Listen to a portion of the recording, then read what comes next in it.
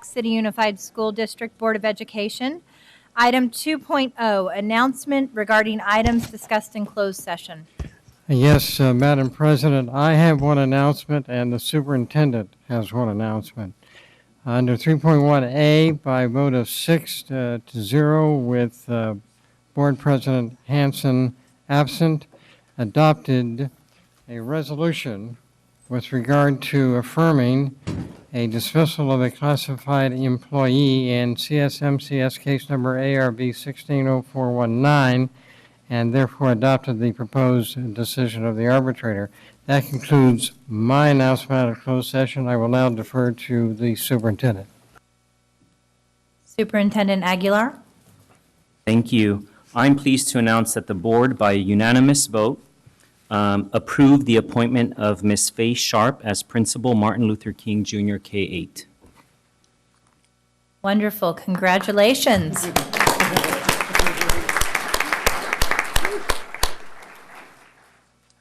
At this time, we're going to ask for item 4.1, the broadcast statement, to be read by our student board member.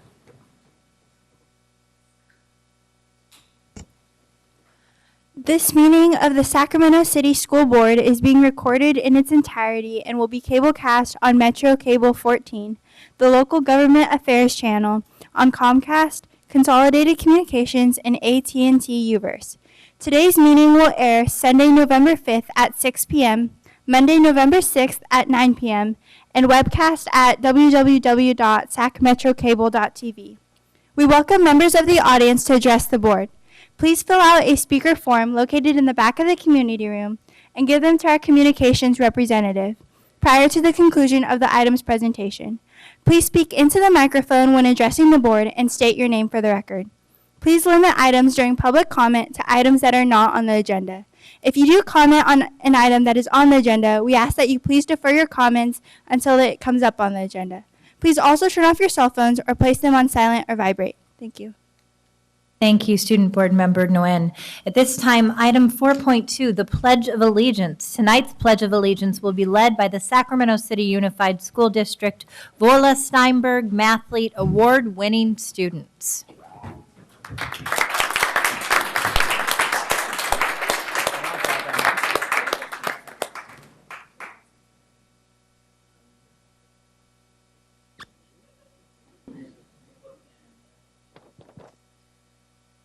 I pledge allegiance to the flag of the United States of America and to the republic for which it stands, one nation, under God, indivisible, with liberty and justice for all. Amen.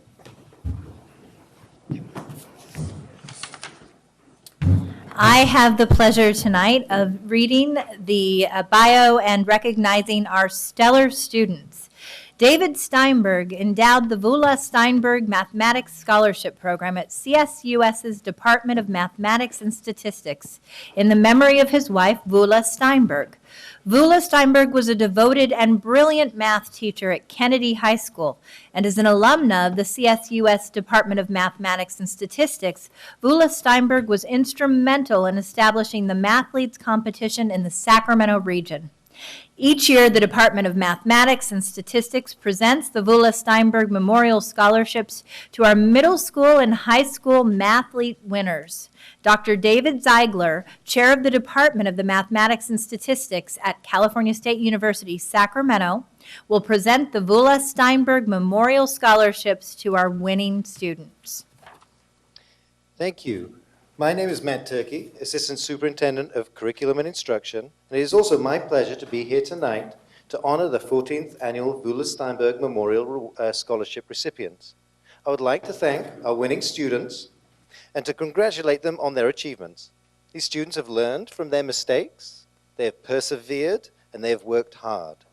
I would like to acknowledge the teachers, the coaches, and the administrators who have supported and encouraged our students to do their very best. I would also like to thank the first and most important teachers of our students, their parents, and their families. It is your love, support, and guidance which has helped them succeed. I will now ask Dr. Ziegler to come on up. Members of the board, if you would like to come and hand the certificates to our students. We would love to, Mr. Turkey. We'll join you down there.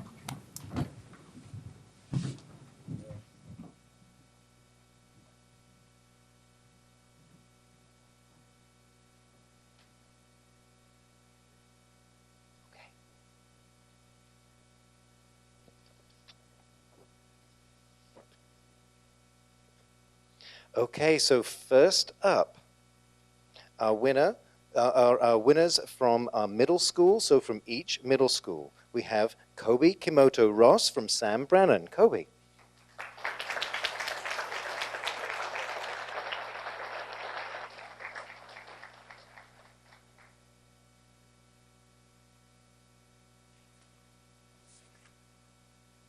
Now, each of these winners are not only getting a certificate, they are also getting $100 presented to them from Dr. Ziegler from Sac State.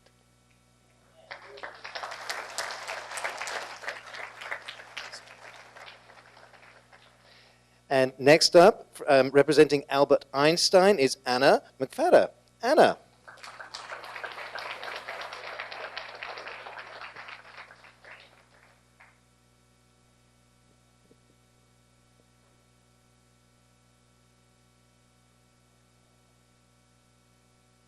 And next we have David Richards from Leonardo da Vinci. David.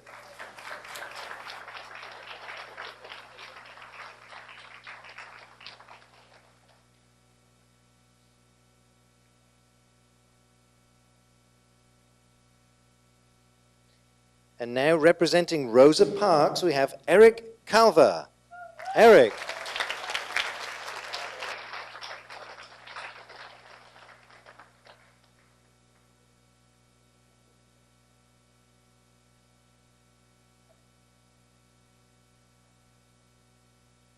And next we have, representing Sutter Middle School, Zuriel Hoven.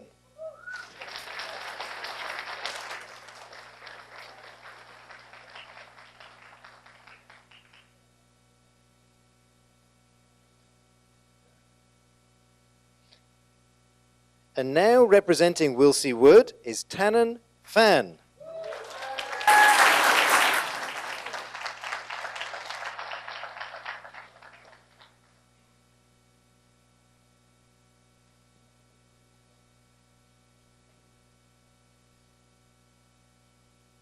The next recipients of our awards are the top scorers in the whole of our middle school section. So our top scorer for 7th grade is none other than Reese Murray, representing Sutter. Reese.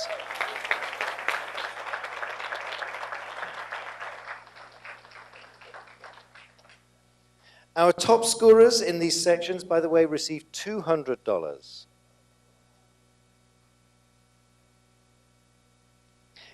And our top scorer in the 8th grade section is David Richards from Leonardo da Vinci. David.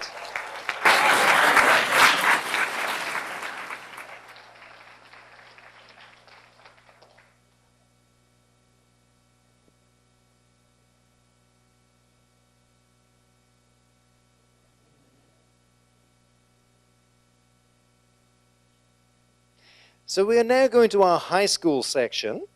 For our high school section, the winners from each high school, again, receive $100. First up, from West Campus, we actually have joint winners, Philip Kim and Michael Jang.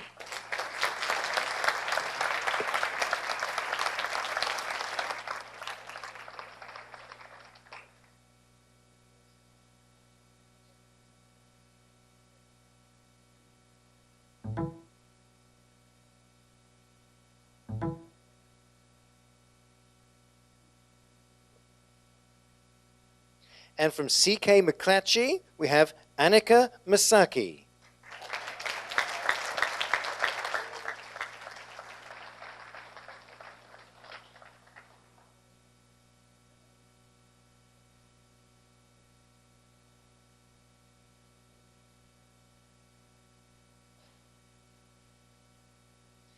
And now it's time for us to go through the grade levels, and the top scorer in each grade level, again, receiving $200.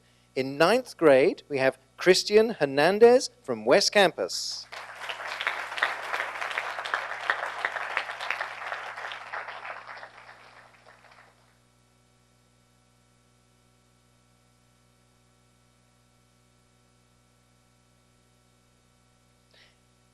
In 10th grade, we have Victor Lee from West Campus.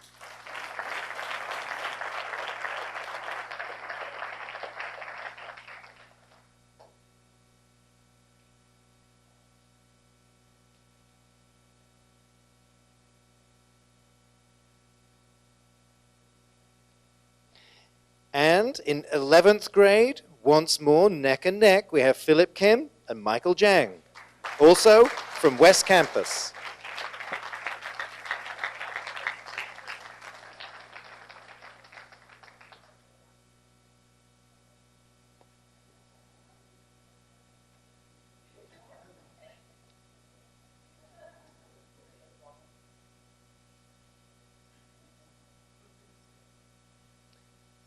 Okay, everyone, I would like to thank once more Dr. Ziegler for coming from Sacramento State.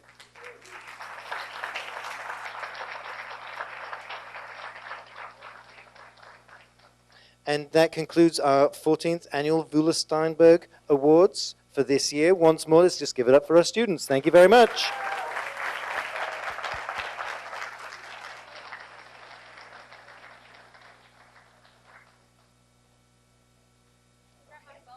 I think we're going to come up for photos, okay?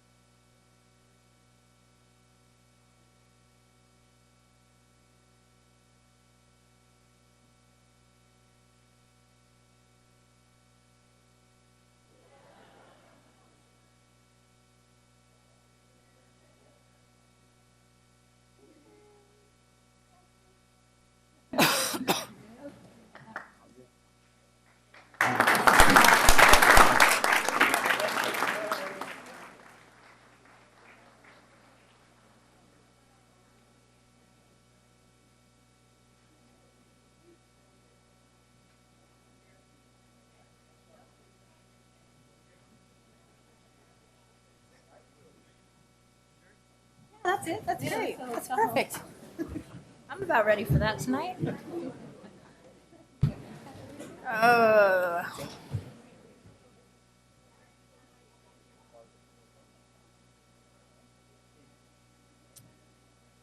So we already did announcement of action in closed session.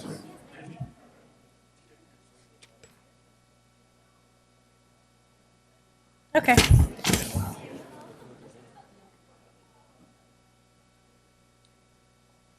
So we'll move on to item 6.0, agenda adoption. Do I have a motion?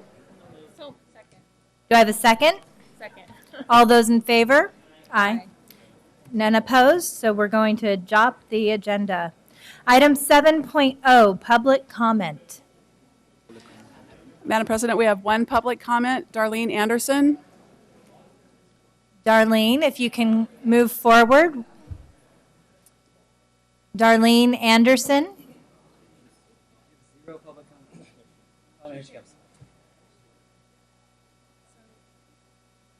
that's highly unusual.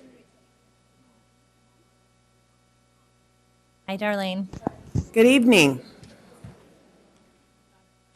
I wanted to come tonight. It's going to be the last board meeting I have an opportunity to attend, but I wanted to address the failure rate in the African American community because it is abysmal. I understand the level of support that the new superintendent is attempting to bring to the community. But what he found when he got here is that there were so many students that didn't have access, basic access. And so in the younger years, they didn't have the access to get any basic education. So behavior is the function. What happens in Sacramento City Unified School District for African American children is all about behavior. It is not about education.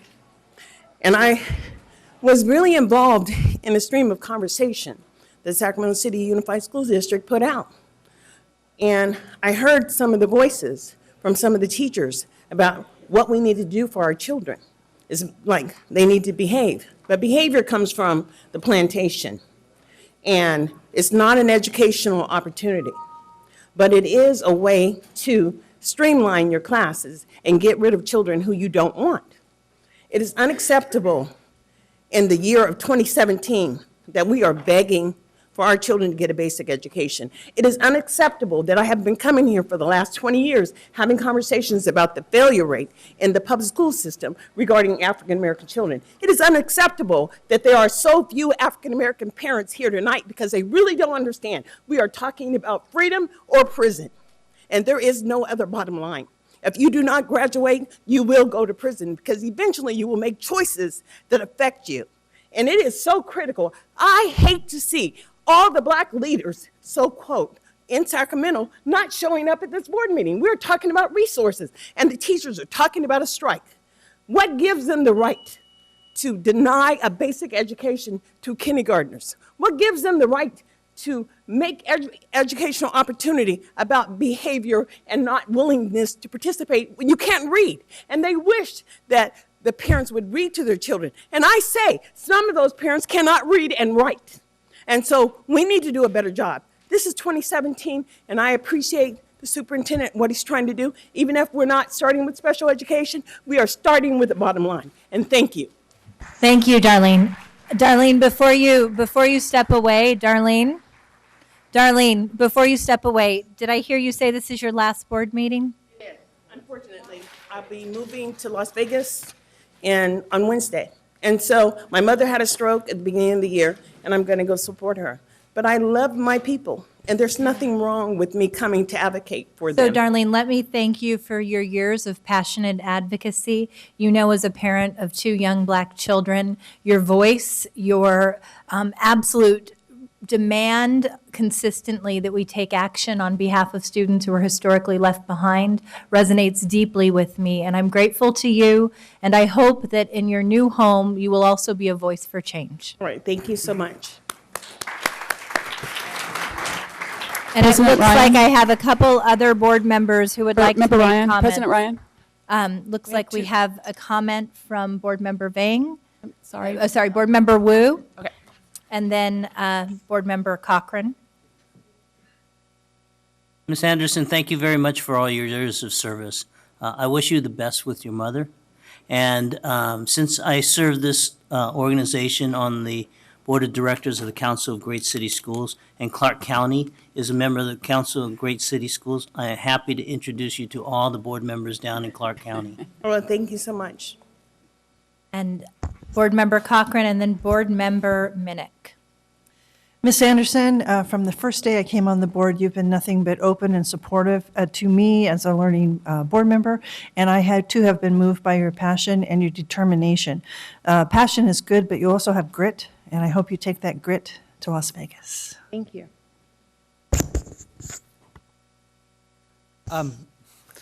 Darlene, I just want to say thank you for everything you've been doing for kids in this community. Long before I was up here, I would see you at community events, and here we'd be in the audience, and you never wavered in your advocacy for kids in this community. And even though, I'm sad that you have to go and take on these additional responsibilities. I really appreciate the time that you've been here, and I hope to see you as an advocate out there in Las Vegas too. So thank you. And then, Darlene, we have one final comment from Board Member Vang. So Darlene, I'm going to miss you, and I just want to thank you for your incredible energy and passion and consistency. I think that's so important, right? You were here in meetings prior to me even being on school board, but I always think consistency is really key in terms of improving outcomes for our students, and you've been a champion for underserved Black and Brown students, English language learner, and student with special need, and I just want to say thank you from the bottom of my heart, and I will miss you, but I know I have your number, and I know where your family is, so I can always contact you. But thank you again just for your advocacy and your passion in your heart. I'd like to thank all of you. I realize that we are creating young Americans. We are not in a race, so race has nothing to do with this because we never entered a race. We are in it for the value of a young American citizen, and that's what we need to ensure, that we are educating citizens of America. And thank you all. Thank you, Darlene.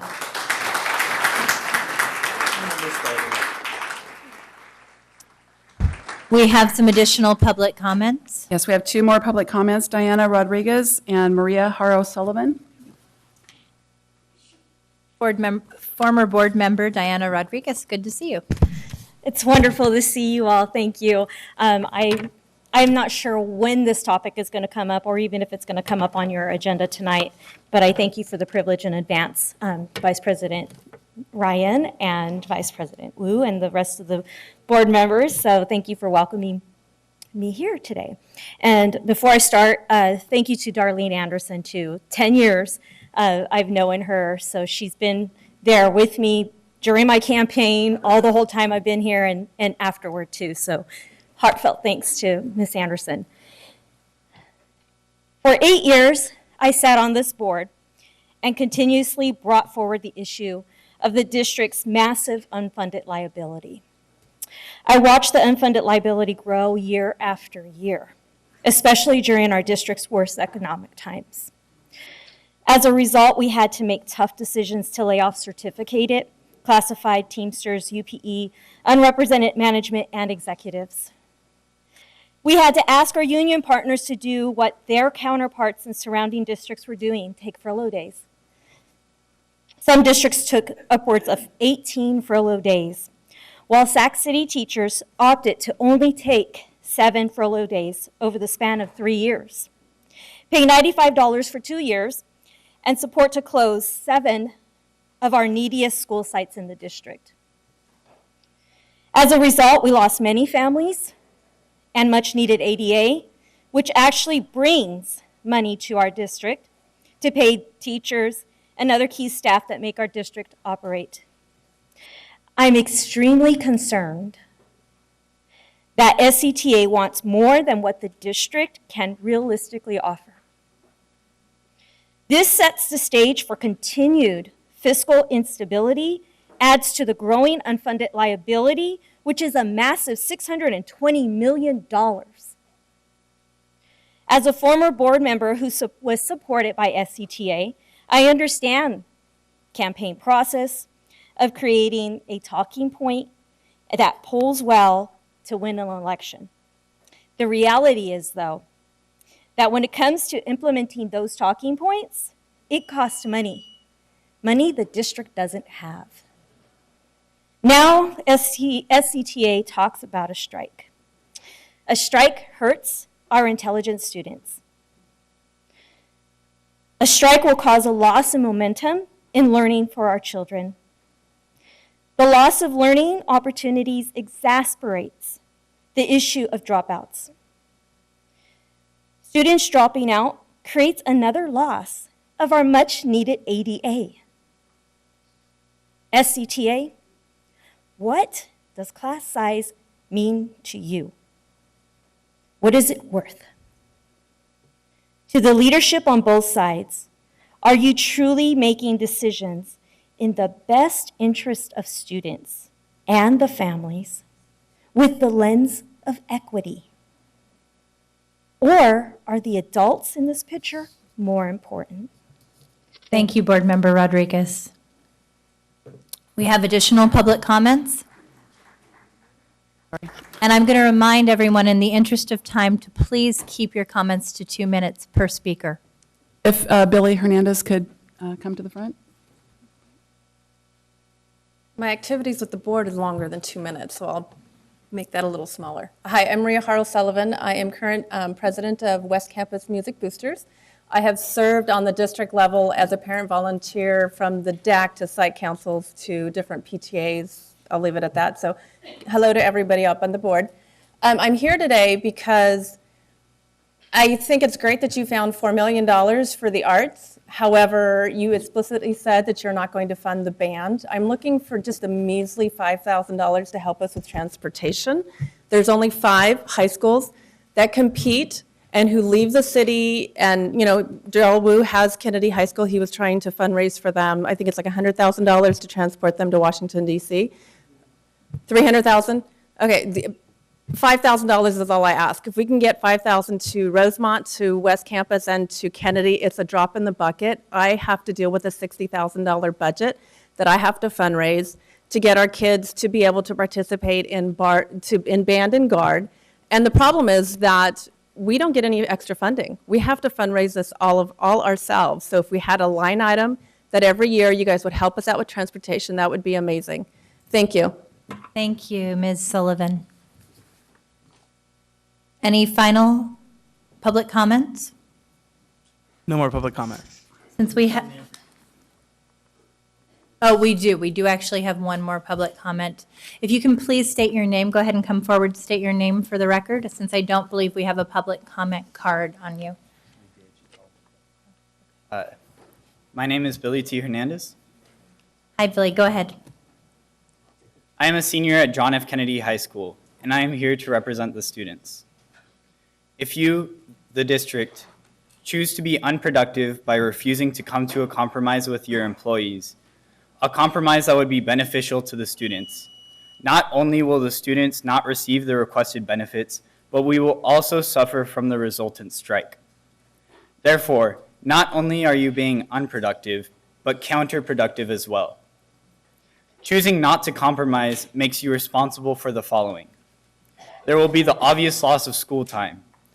Meanwhile, the AP test dates remain the same, which will force lessons to be rushed or skipped. Some students have expressed concern about not receiving enough school days to graduate if the strike goes long. And if this past year of unyielding stubbornness is any indicator, it will be long, and you will be responsible for them not graduating. It makes you responsible for less obvious costs, like that of marching band, the same band that will be representing this district in the Memorial Parade in DC, not being able to practice properly for our coming competitions. There are 43,024 students attending your schools. That is a statistic. But you must remember that each one is a person with struggles and hopes. Their education, my education, is what I use to overcome obstacles and achieve goals.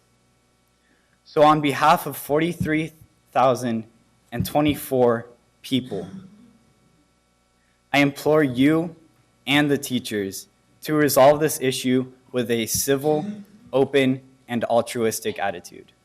Thank you. Thank you so much. We appreciate your powerful young voice, and let me assure you, we are doing everything in our power to come to an agreement. Thank you. So hearing no further public comments, we're going to move on to board workshop, strategic plan, and other initiatives. Item 8.1, the hearing and action of Charter Resolution 2963.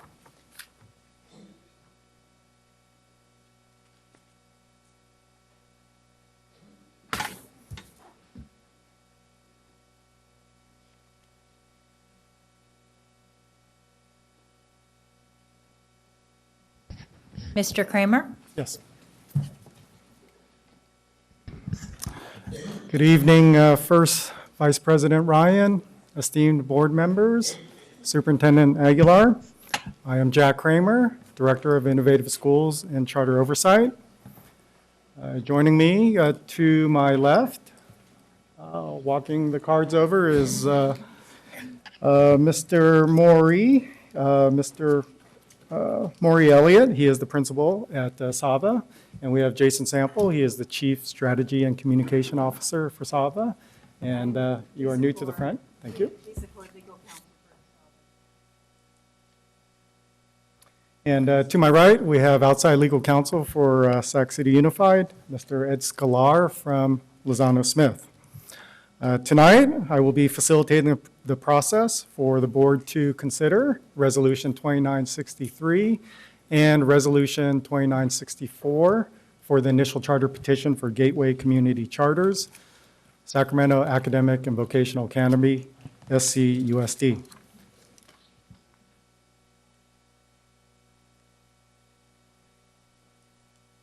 Tonight's presentation will entail an overview of the proposed charter school, the district's charter review team, the driving governance for initial charter petitions, the criteria to deny an initial charter petition, staff's analysis, and we will conclude with the next steps. The slide you see before you was presented to you at the public hearing, and this is information regarding SAVA, so I will give you a quick moment to peruse.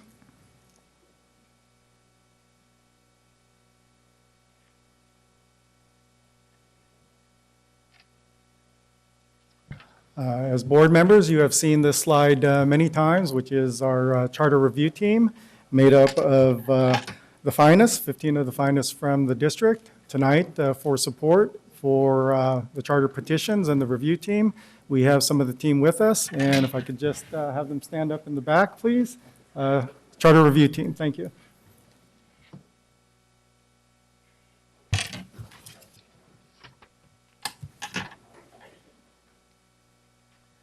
The driving governance for initial charter petitions is Ed Code 47605.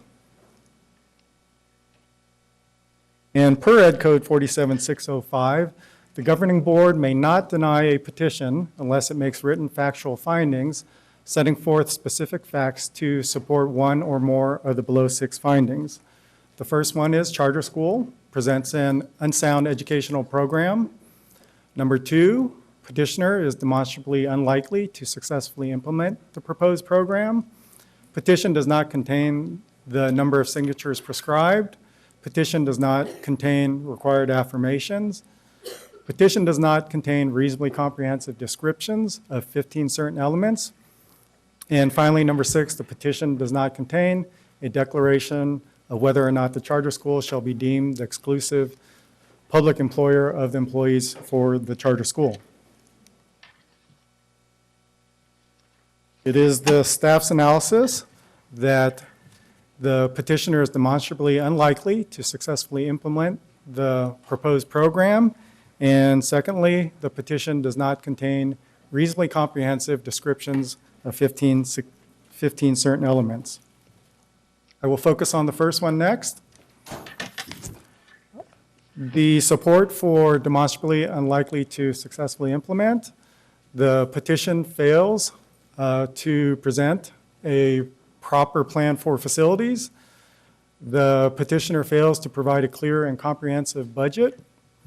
The petition provides an inadequate plan for parent participation and lacks reasonably comprehensive description of the charter school's governance.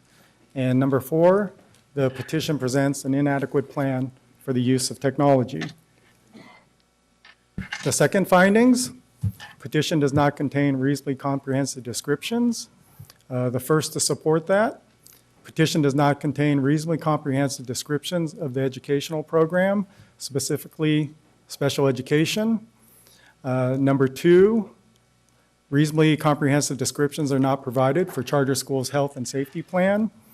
3, the plan to achieve racial and ethnic balance.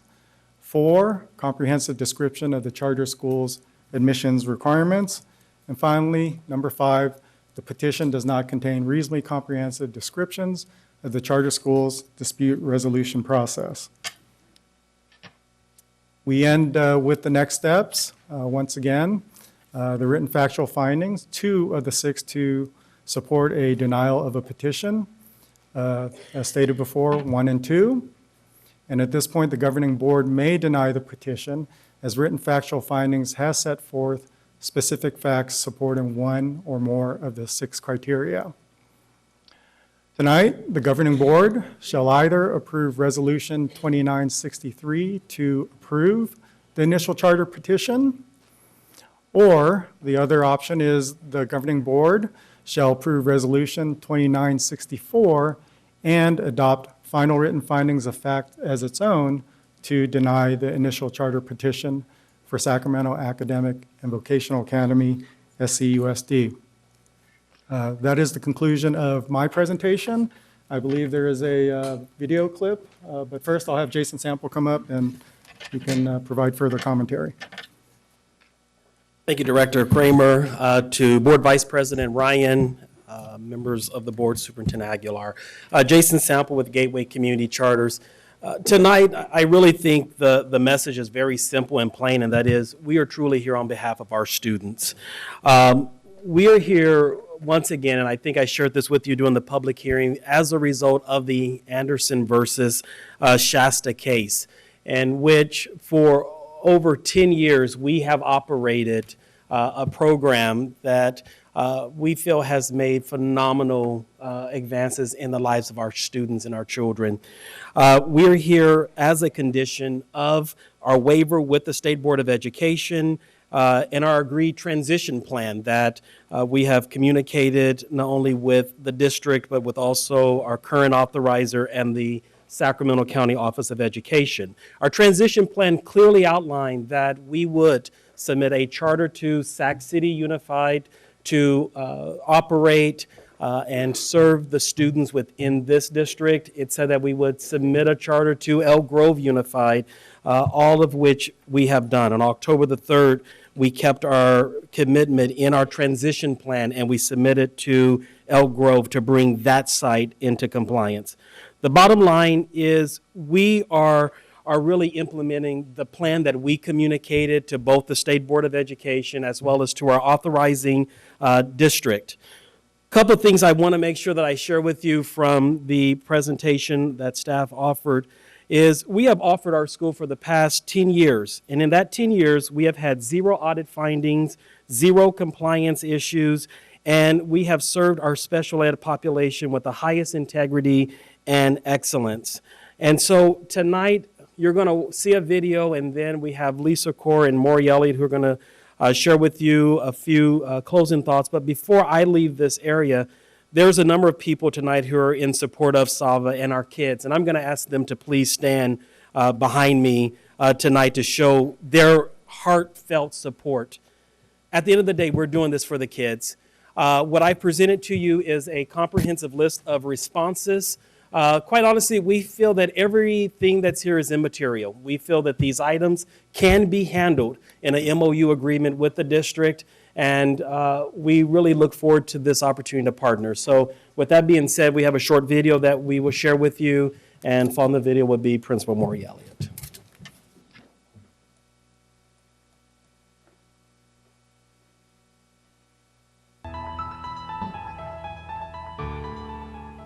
SAVA is a charter school, and we specialize in really personalizing education for all of our students. We believe every student has a way that they will learn best, and we are able to provide small group and one-on-one settings with our teachers for students to get that tailored education that meets their specific learning styles and learning needs. One of the things I love the most about working at SAVA is definitely the students. They're students that sometimes can otherwise be forgotten about.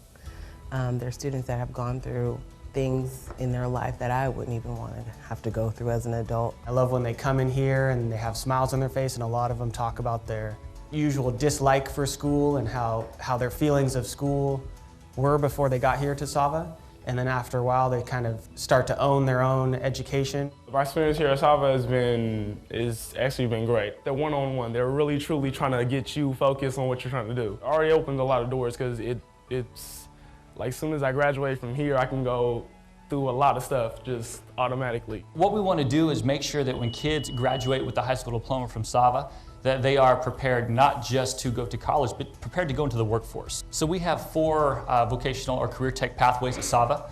We have culinary, we have media arts, we have automotive or diesel tech, and we also have public service. Each career pathway is tied to core academic courses, so every student has their traditional math, science, history, English courses, along with the career technical education component. I'm taking 2 classes. One's clean diesel, it's the lecture, and then the other one is clean diesel retrofit, so we're working on the actual motors and seeing how it runs and how everything works, and breaking it all down. In the food and nutrition classes, we have students come after they prepare their food, they come and they bring it around to their teachers, and you see kind of that pride. Every graduate at SAVA is required to participate in a 25-hour service learning project where they will be meeting a need out in the community. And also tied to that, it's not just a community service project, but it's a learning experience where we tie core academics to that project itself. The student actually becomes successful and do things that they probably thought that they wouldn't be able to get through. It could be their own personal struggles, it could be struggles at home, any of those kind of situations that just make them feel like they would not be able to make it. And I think we're that push for them. One of the key pieces that we focus on here at SAVA is really capturing students' hearts. And our philosophy is that you're never going to capture a child's mind unless you first capture their heart. We created a very positive culture here at Sava. With the one-on-one setting and the small group setting, teachers are able to really establish positive relationships with students. And we know that's a key to academic success, is having good relational capacity with our students. Without Sava, I probably wouldn't be in school. Probably wouldn't have had the opportunities to get into all my college classes, to get good grades, to just be able to go further.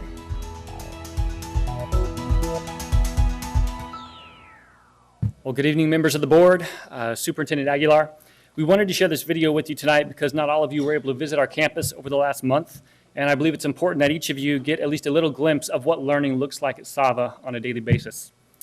At Sava, it is our mission and our passion to serve our community's most underserved students and give them renewed hope in their ability to succeed. When I think about the city of Sacramento, I want to be able to think of a city where every single student has hope, where every single student has an equal opportunity, where every student is confident that they have a fair shot and that they will have the support they need to overcome any obstacle that may stand in their way of success. But in order for Sacramento to be seen as a city of hope, we have to have beacons of light in our community. For the last 11 years, Sava has been one of those beacons. We've been just down the street in this neighborhood giving hope to thousands of students, loving, teaching, and guiding them every single day, preparing them with the skills needed to become productive, successful members of our community. Tonight, when you're voting on this charter, please understand that it's not just another new charter school that will try to open its doors and find new students to fit its mold. You're voting on a school that is right now a beacon of light and a beacon of hope to so many students that have previously had hope ripped away from them. You're going to vote on a school that currently hundreds of students call their home, and for so many of these students, this may be their last opportunity. If we fail them, many will not know where to go from here. You're voting tonight on whether or not to allow a school to keep its doors open that right now is bringing hope to students who once had no hope at all.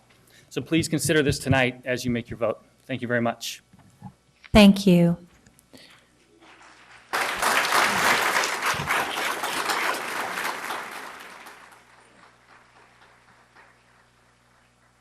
Hi, good evening. My name is Lisa Kaur. I'm one of the partners at Young, Minnie, and Kaur. I'm here tonight representing the petitioners. I'm hoping to give a little bit of background with regard to the Anderson decision as it applies to Sava, as our firm was actually the respondent in the Anderson case. Your law firm actually was the petitioner in that case, and so we have some intimate knowledge between our two firms. For 15 years, non-classroom-based charter schools throughout California, they operated under an industry-wide legal interpretation that the geographic restrictions that applied to site-based charter schools did not apply to non-classroom-based facilities in county. This legal interpretation was confirmed by the California Department of Education twice in the last 15 years. And as a result, non-classroom-based charter schools like Sava operated resource centers throughout their county of authorization, but outside their authorizer's boundaries in order to provide instructional support for non-classroom-based students. But 1 year ago, when the Anderson decision was adopted by the 3rd District Appellate Court, it changed that longstanding practice and required that all charter school facilities be located within district boundaries unless there was some exemption. It's the Anderson decision that brings the Sava here today. Prior to the Anderson decision, Sava has operated for 10 years, providing an education lifeline to their at-risk student population. With your approval, the petitioner can continue to operate its Sac City located resource centers and serve its intended population of approximately 455 students. Without your approval under the Anderson decision, the Sacramento City Unified School District located resource centers are at risk. Given the Anderson decision last year, non-classroom-based charter schools sought a waiver. Sava did the same, and it was granted by the state board for 1 year. Sava is a unique school in that it provides instruction exclusively in partnership with WIOA partners, the Urban League and SETA. And arguably, due to this instructional partnership under the Education Code, that instructional partnership exempts Sava from those geographic restrictions.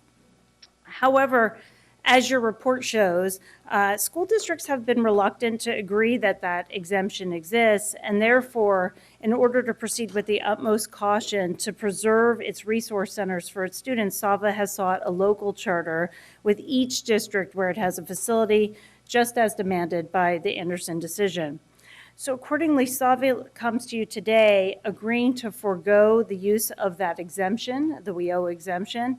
It has agreed to limit its facilities only to those facilities that are within district boundaries and listed within the charter unless a later material revision is granted by this board to add a new or additional facility within district boundaries. And SAVA would be comfortable with an approval that limited its operations in that manner. I'm hopeful that the board has had an opportunity to review SAVA's responses, and I ask that any remaining issues be considered through an MOU between the parties, the district and the charter school. Gateway Community Charters has operated since 2003 through a very strong and collaborative relationship with its authorizers, including the Twin Rivers Unified School District, Yolo County Board of Education, and San Juan. It has a proven track record demonstrating its ability to form the same trust and collaborative partnership with the Sacramento City Unified School District.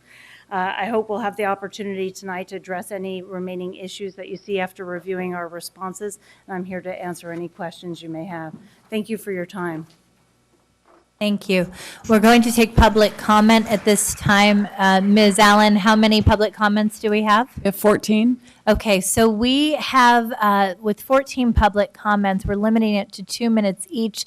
We actually have a total of 15 minutes per item. So if there are, in fact, 14 speakers, what I would recommend is that you take 1 minute per speaker so that you each have an opportunity to make your voice heard. So I'll call the names of the first 5 people, if you could start lining up. Damon Conklin, Ian Arnold, Aaron Thornsberry, Jim Kwashnick, and Tasha Johnson. Hello, Vice President Ryan and board members. My name is Damon Conklin. I'm the Director of Governmental Affairs over at the Sacramento Regional Builders Exchange. We represent the 1,200 member companies in the region that represent the commercial construction industry here in Sacramento. We are in strong support of SAVA's petition. I just want to share with you, and with brevity in mind, for the past 30 years, Sacramento Regional Builders Exchange Education Foundation has had a design build program, has provided an opportunity for regional high school students to gain firsthand knowledge of the construction industry. Students compete against each other in building tiny houses that are ultimately donated to the nonprofits for transitional housing. And the students learn the design, the code enforcement, as well as plan preparation for these projects. This is firsthand knowledge that they gain. And we believe that work-based learning not only increases the overall student performance, but also has proven to provide a safety net for economically disadvantaged students by empowering them with marketable skills for a career pathway. And for those reasons, we support. Thank you. Thank you. Ian? Good evening, Vice President Ryan, board members. So I'm here because I don't want to repeat what your staff recommendation is. I thought the staff did a great job of that. I think it's important to note that SAVA is currently out of compliance and has been out of compliance for some time. That SAVA has a plan, allegedly, to get into compliance, but that plan would appear to be optimistic at best. It would appear that they're overpromising and under-delivering, and I would be very concerned about the district getting in the middle of an organization that is constantly overpromising and under-delivering. I will say, since my office is in the same parking lot as a SAVA school, it is bothersome to me that students, children, are heavily drinking and using drugs in the parking lot before and after school, and there is no adult supervision on the premises as far as we can tell. Our property managers are concerned about it. My staff are concerned about it. It is not the problem of the school district or the SAVA site that this happens. Kids do what kids do. But when kids are coming to school drunk and high, somebody should be responsible for that. And if nobody's responsible for it now, is that going to fall back on this district? Thank you. Thank you, Mr. Arnold. Our next speaker. Hi, I'm Aaron Thornsberry, Chief Business Official for Gateway Community Charters. Good evening, Board of Education. Excuse me. I just wanted to address a few of the findings within the executive summary provided to you about the petitioner failing to provide a clear and comprehensive budget. On page 10 and 11 of that summary, we do have loans in place and the line of credit of $2 million already in place from Wells Fargo. Internal borrowing is available from Gateway. Staff also claims there may be negative budget impact due to inconsistent daily attendance. We built a very conservative budget of 455 students based on the historical 16-17 seabed enrollment within the Sac City unified boundaries. The budget is stable and contains no deficits throughout the years in the financial projection. We have clearly stated this in the narrative in the appendix to the charter. And please just consider this, do what is right for these students and their families, and vote yes to approve the SAVA charter. Thank you. Thank you. Our next speaker.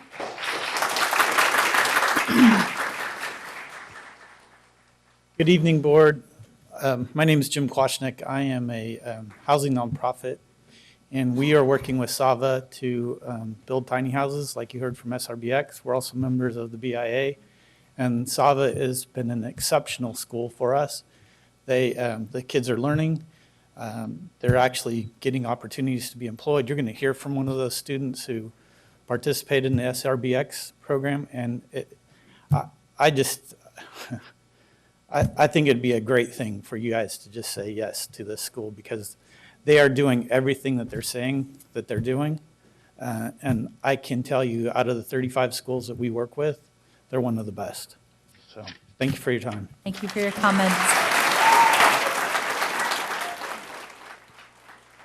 Can we please have our next public comments? So Tasha Johnson, is that no longer a speaker? Okay. Okay. The next 5 would be Rick Cole, Mariah Thoreau, Phyllis Hayashi, Sydney Hazelwood, and Melanie Height and Mari Nunes. And if I can please remind you to keep your comments brief so that we can respect the time of the other speakers as well. I'm Rick Cole, pastor of Capital Christian Center, where we also operate a private school with 1,100 students on our campus every day. We also are highly invested in Sac City Unified School District, where we've served Oak Ridge Elementary School with after-school programs and mentoring, John Still Elementary and Middle School, Einstein Middle School right down the street from where we are. Mr. Garrett Kirkland, the principal, has been a phenomenal partner, and I understand he's moved to Hiram Johnson, which we're excited about serving that school as well with his help. And Rosemont High School, again, in our neighborhood, we provide leadership and character building for student athletes on a regular basis. Every school is important, and we're committed to you and to Sac City Unified, investing ourselves into that with great passion and love and concern. SAVA is serving students that might otherwise fall through the system. I've been on their campus on several occasions. I've witnessed the work that they do. It's amazing to look in the faces of these students and families around the room. Touches me every time I see them, to see their character, their quality, the opportunity that is in them to give back to our community is phenomenal. And it's because of the investment of SAVA that they're making into their life. I believe in courage, I believe in love, and I would just implore you to, the love and courage you have in your heart, approve SAVA in your district. You'll be blessed to be able to do that. Thank you. Our next speaker.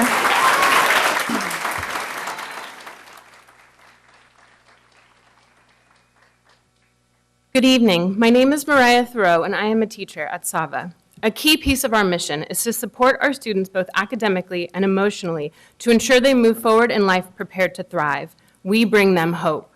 Many young women in our community are caught in a cycle of economic poverty, social barriers, and academic challenges. Many of these women, young women, are still kids and have children of their own. But far too often, their issues are ignored, which is why I am proud to teach the Young Women's Leadership class at SAVA and provide a safe place for these young women to build confidence, learn leadership skills, and see firsthand the importance of women supporting other women. I've taught this class for the past 3 years, and during this time, I have had young teen mothers, girls labeled as bossy, disruptive, and loud, girls that had no voice. And what I have seen is the development of real relationships, a confidence to grow, and a desire to achieve more than they ever thought was possible before they entered this class. I'll end with just one example that illustrates the impact leadership has on our girls. Letitia was a parent at 17. She came to Sava tremendously behind on her credits and had zero support at home. She had experienced both physical and sexual abuse and was very guarded and distrustful of people. In short, she had literally been let down by every single adult who should have been there to support her. Through the relationships she developed at Sava, including those forged in our Young Women's Leadership class, Letitia began to thrive and believe in herself and her abilities. Through the love we poured into this student, there was a glimmer of hope. I cannot describe to you the pride and confidence that Letitia exhibited when she walked across that stage to get her high school diploma with her little boy on her hip. Your yes vote tonight will mean that we can continue to provide hope to many, many other students like Letitia. Thank you for your time.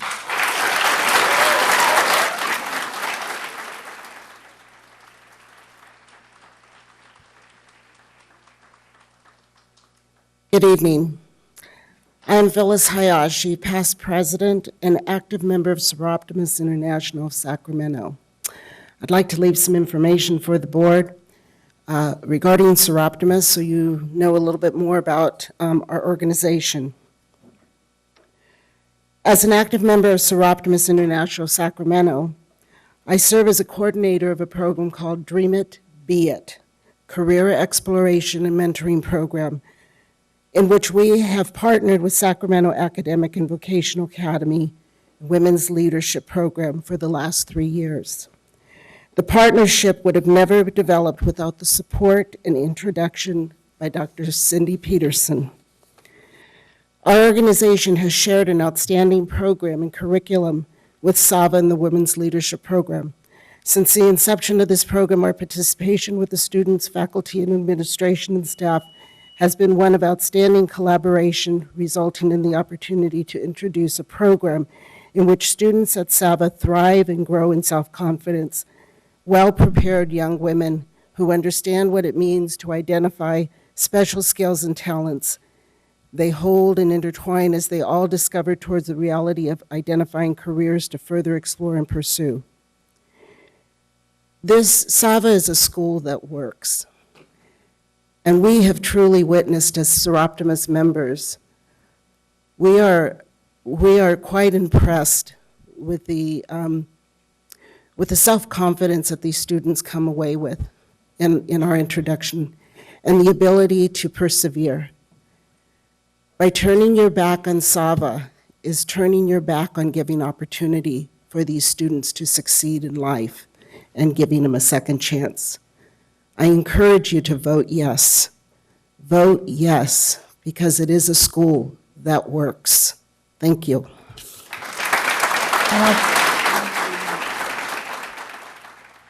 Getting more?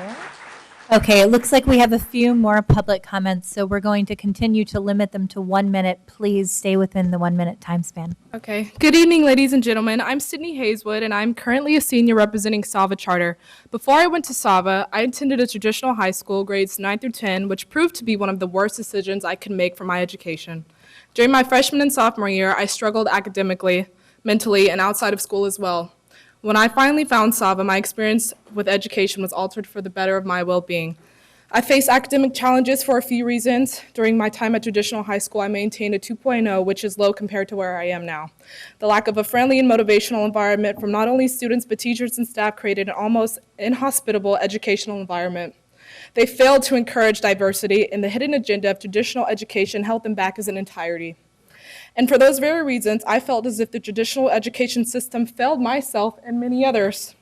With that sense of failure that derived from my years of attending traditional high school, I pondered whether or not I would pursue my dreams of becoming a marine biologist and attend UC Davis. My mother, who was a single parent who struggled to give me the chance of having a bright future, but now that I found Sava, I've had the chance to do just that. My GPA went from a 2.0 to a 3.8. I'm a more active participant within my school and my community than I've ever anticipated, and now I have an insatiable hunger for education. Unlike my former school, when I attended Sava, I was greeted with a motivational and friendly environment filled with open minds. I found staff and aides who were interested in learning about the diverse qualities of each and every one of their students. I found teachers who are flexible, selfless, and genuinely love their jobs, for they love to see students succeed. I found a school full of passionate and equally driven students and teachers, and it felt like home. After a long and rough journey with juggling education, my mental health, and the outside world, Sava finally gave me something no other school could: the chance to be myself and truly thrive within the education system. Thank you. And last but not least, I have 100 letters from all the students at Sava on why we would like you guys to vote yes, if I may give these to you. Thank you. You can bring them over with our board clerk. Our 4 final public comments. And once again, I'm just going to remind our 4 final public comments to remain at 1 minute. We've been going closer to 2 minutes for most of the last comments, but I do want to let our final commenters have an opportunity to speak. Okay, the last 4 speakers are Ciara, Stefan Smith, Diego Carmona, and Lisa Kaur. I don't know if, Lisa, you do. Okay, so we're down to 3.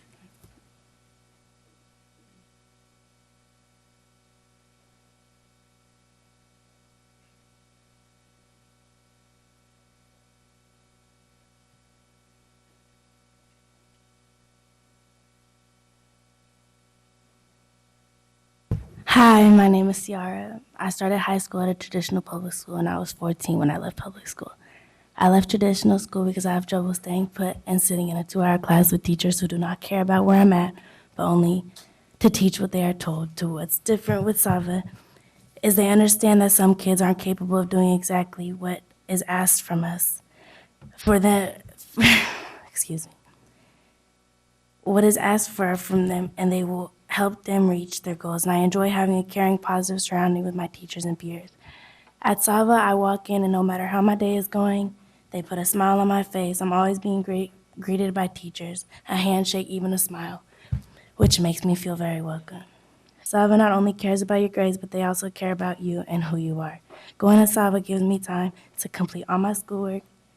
I put about 25 hours a week. I also manage to have a job working 5 days a week. I have practice and games. Some kids say it's hard to work on our Chromebooks, but get things done and finish the amount of work that we are told to do. As long as you come in once or twice a week, get about 6 hours done a day, you are getting the credits needed. I started at Sava when I was a freshman, about 2 weeks after high school started. And now it's been about 4 years, and I'm graduating a year early as a senior. Thank you for your time.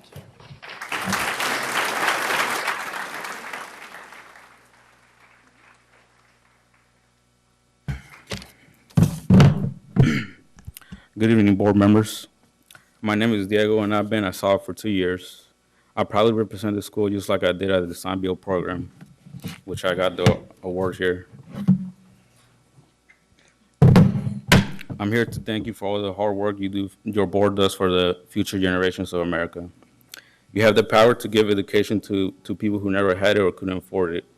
Therefore, I personally ask you to spare some change. I know we're not the only charter school looking for a home, but what I do know of people at Sava are young students that have been struggling on their knees for years, and they have a chance to stand tall. I'll tell you one thing about Sava, and it's that the teachers are more focused on individual students instead of teaching 150 students in one way. For an immigrant student like myself, there is no other option. This glorious school is my last stand, my last battle, and my last breath. Without Sava and a proud board to represent it, everything I have done throughout the years will mean nothing. Thank you. Thank you.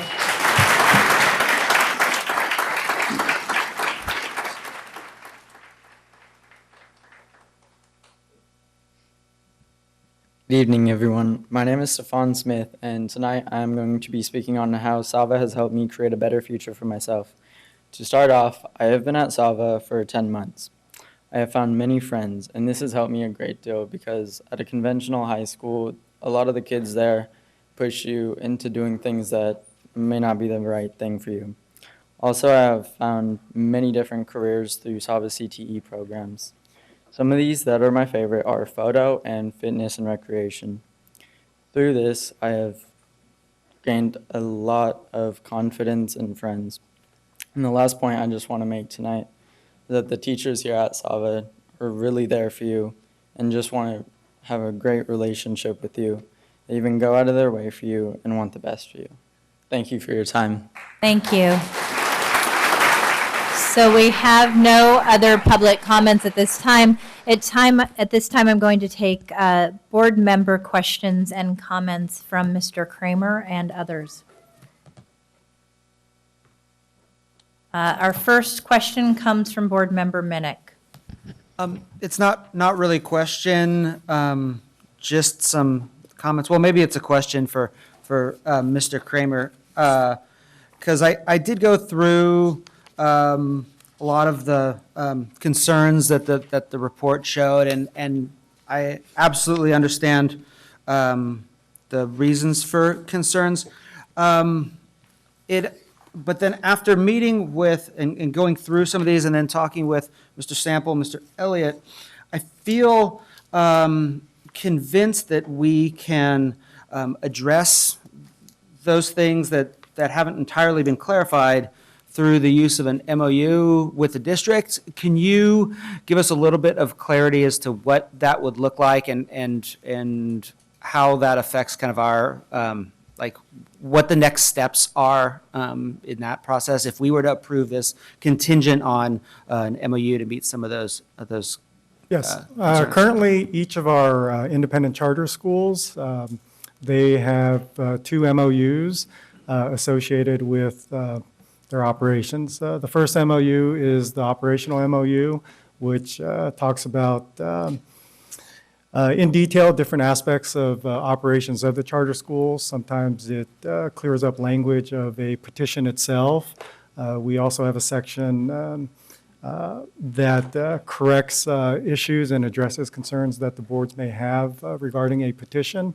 The other MOU that we have is the special education MOU, in which the charter school can choose to have a separate SELPA outside of the district. Within your resolution, should the board choose to approve the charter petition, there is a contingency in there for an MOU to be signed. At this point, I want to say the latter part of January. Okay, thanks. And so that said, and I've had a lot of the questions I had kind of already addressed, and I'm sure my colleagues have questions so I won't go through the stuff. I will say though that I'm impressed by this school. You've been in the neighborhood where I live for 11 years. You're serving a lot of kids, a lot of alternative learners. And alternative education oftentimes looks a lot different than what we're used to, and that's okay. And so sometimes we come up with concerns because we're used to a traditional model, and so because of that, I can say that unless I hear something shocking in the next few minutes, my plan is to support this. I think that you've proven yourselves in this community. I've met a bunch of your students. I've known students to go there that really were at risk for entirely dropping out, not graduating, not moving on to higher education. And I really appreciate what you provide to those kids.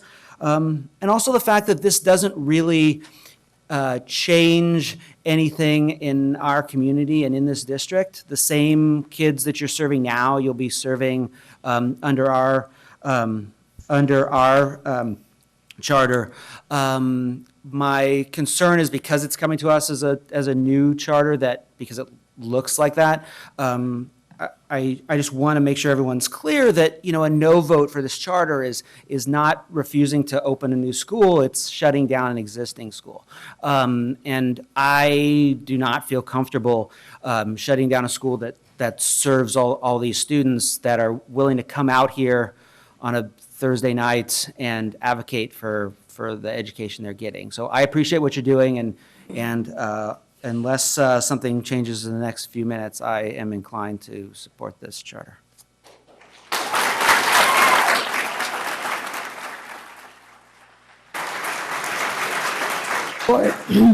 Board Member Wu. Thank you, Vice President Ryan. So, having read the petition and read staff's report and the response, I'm glad to hear that Gateway and Sava will be dropping the WIOA petition part, because in my mind, it was, from a legal perspective, it was apparent to me that my thought was that you didn't know what you wanted to be.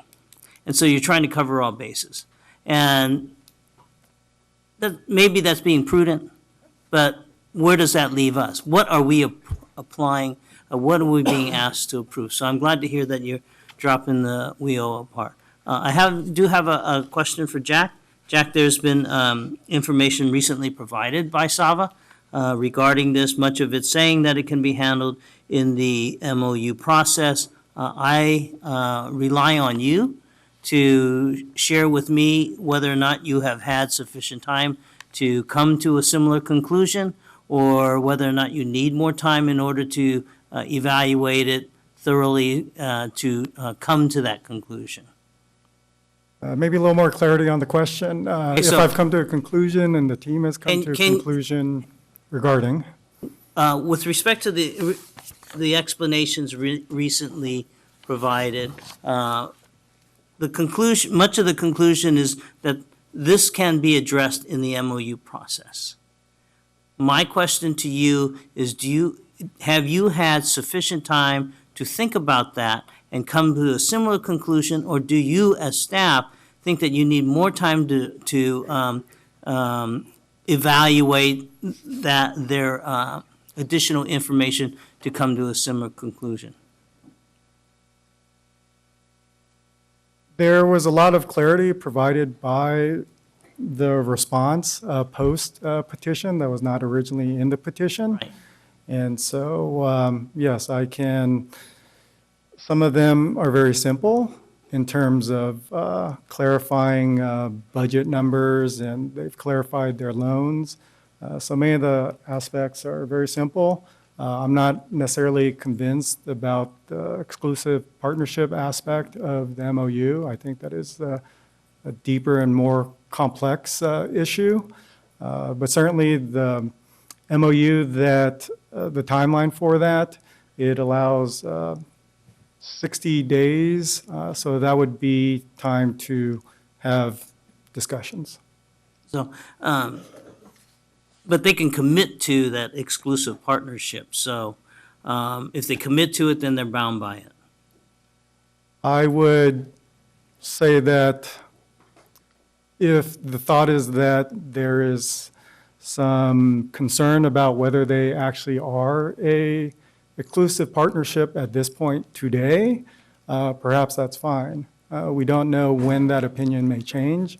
Perhaps 30 days from now, 90 days from now, they have a different perspective on their exclusive partnership, and the district would be in a position to work with that.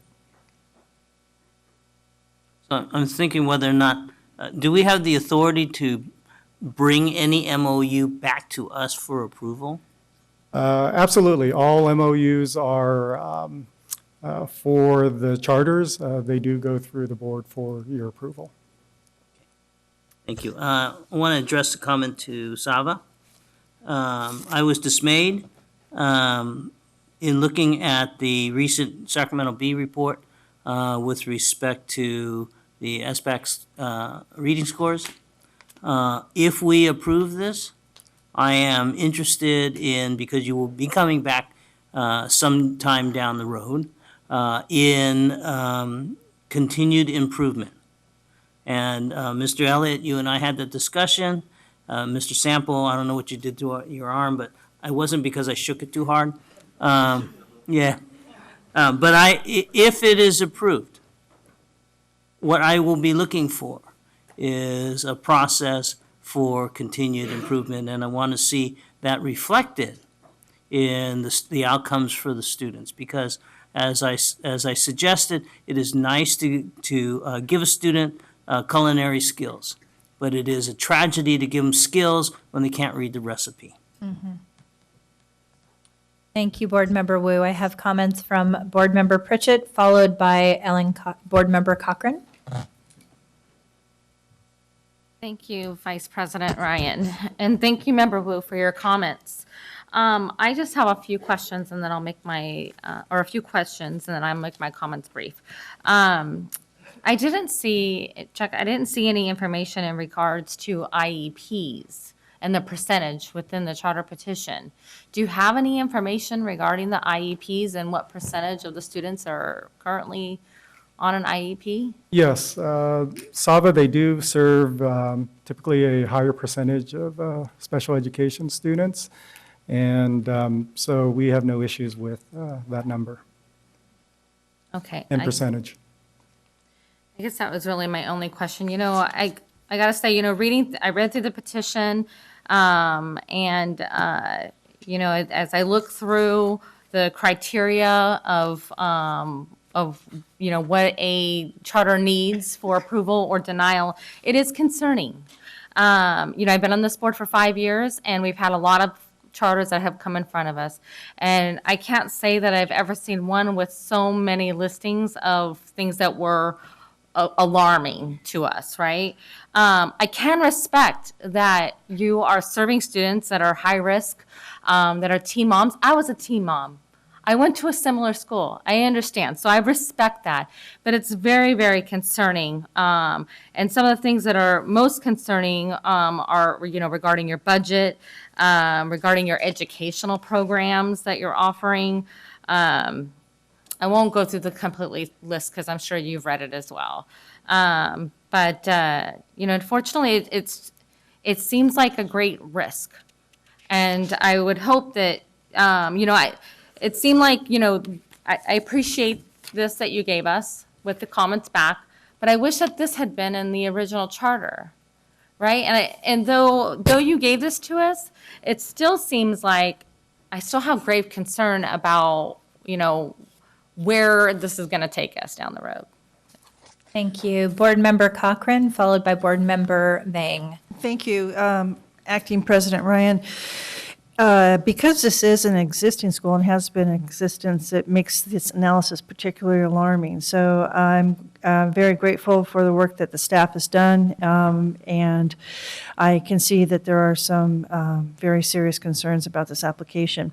I would like to request, Acting President, that we do a roll call vote on this item. Duly noted. Board Member Vang.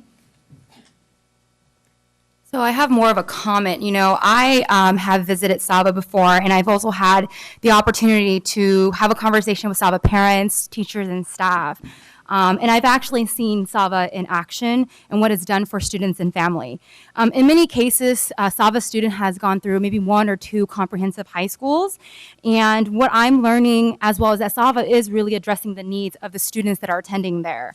I think what is key for me, what is most critical for me, is that SAVA has already been operating. And for me, consistency is really important in terms of a school environment. I want to ensure that the consistency continues for the students at SAVA.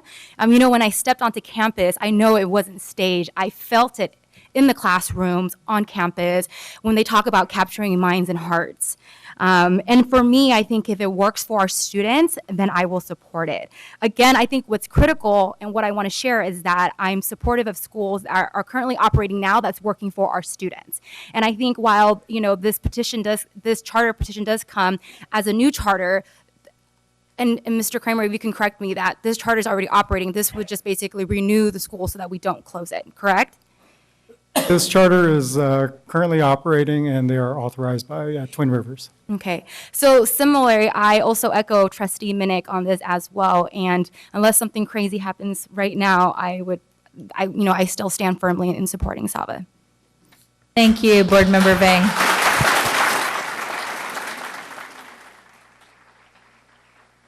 So I have some questions and comments that I'd also like to make. I'm going to begin with my questions. I would like to get a better understanding of exactly how many students currently reside within the Sacramento City Unified School District boundaries, and what, if any, anticipated growth you have for that.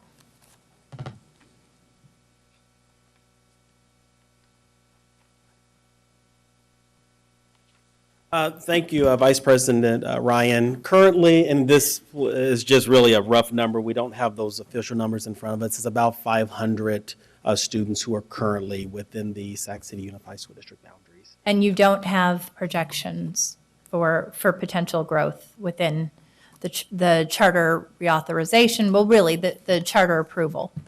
Correct, and I will tell you, Principal Morielli can tell you a little bit how non-classroom based, Right. At certain points in the year, we get more students because as they begin to transition out of the Yeah. traditional, but in terms of, explosive growth, no, we do not plan to grow. So I will say, with all due respect, given this is an application coming before Sac City Unified, I would expect that you would have numbers of students residing within Sac City Unified boundaries as part of tonight's conversation. And when I say we do not have exact numbers, in other words, could he tell me the number that is in the seats today? No, but could he tell me the number that we closed at CBES, which was, I believe, the 455 number that we reported in the charter? Okay. But my comment was more or less, I can't tell you what's in the seat today right now, but I can tell you as of last year's CBES, 455. So I know that each of my board members commented on this and that it was illustrated throughout our staff recommendations and findings on the report that there was, a lack of clarity around the educational model and at times some real insufficient details so that we were left with questions around how SAVA was serving special education students, what the technology delivery model looked like. Noting that 23% of your students are special education students, which is a significant number based on the total number of students you're serving, I really would like some clarity around how those students' needs are being met and how IEPs are being followed. Yes, exactly. And we have Assistant Superintendent Michael Gillespie, who, as I kind of talk a little bit about this, he will share with you more about our special ed program and the work that we do. So, Michael. Actually, I'd like to comment on the enrollment information. So if I am correct, there are 2 sites within our boundaries. The one that we're most familiar with is the one on Power Inn.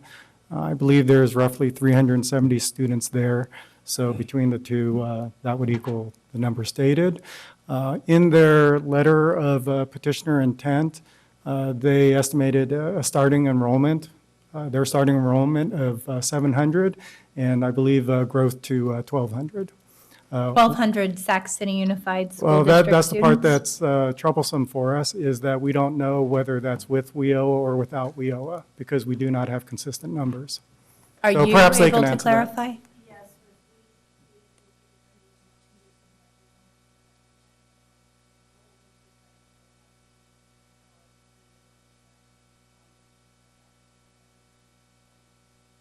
So you're thinking it would remain steady at around 450 students who are currently served. Thank you, that's very helpful.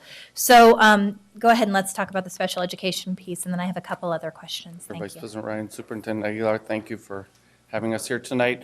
So currently, we are in agreement with Twin Rivers School District to provide special education services for our students. The concern, the way that works is, and the concern that was brought up in the findings was, the concern was that we weren't following procedure, but every student who attends an independent study school must have an approval of an IEP team. Unfortunately, when students leave the traditional school, it's not often with the help of an IEP team that happens. So within 30 days of placement, we always have an IEP meeting to decide whether or not the program is appropriate placement for these students. And so once we have students enrolled, there are students who are denied. Once we have the IEP, say this is not an appropriate placement for you, and we base that on the 30 days of implementing the current IEP and working within the current system that we have at SAVA. And do you have any sense of the number of special education students with IEPs that you retain based on that 30-day assessment of fit? I would say probably we're retaining 95% or more of those students at SAVA once we have that 30-day IEP. There are students who are sort of what we've considered very disabled and unable to interact with staff in an appropriate manner, and those students are in fact referred back to their home school or district. But many of the students that come are in resource programs and placements, and we have labs for those students. The IEPs are fully implemented by Twin River staff currently. In the future, it would be by SAVA staff through our El Dorado County Charter SELPA. And we feel that these students, again, what you heard earlier tonight, many of them don't find a fit and are often felt homeless at the current school, not served by their current school. And when they're brought to Sava, we really do individualize that educational plan for them. We make adaptations in the curriculum, and we help them progress through their IEPs. But students that are deemed to be unusually difficult to serve are counseled out of your school and back into the traditional public school system? Yes, ma'am. Okay, so thank you for clarifying that. I mean, that is concerning to me as we are, as a traditional public school system, asked to meet the needs of students where they are and serve them irrespective. So I have a couple other questions that I want to ask. You know, I will tell you, I've been very conflicted about this because I look into the room of students and I see beautiful faces of young people who are often defying odds. And I represent a high poverty district of students who are often discounted in many ways. But what I will also say is I look at each of you and I see limitless potential. And so the idea that you might not get the same opportunities to have the maximum opportunities to access four-year colleges post-secondary is very, very upsetting to me. So a couple more questions. Looking at the data around math proficiency and English proficiency, and this is what really made me lose sleep over the course of the last week. In 2016, over 80% of all SAVA students failed to achieve proficiency in reading, and over 90% of students failed to achieve proficiency in mathematics.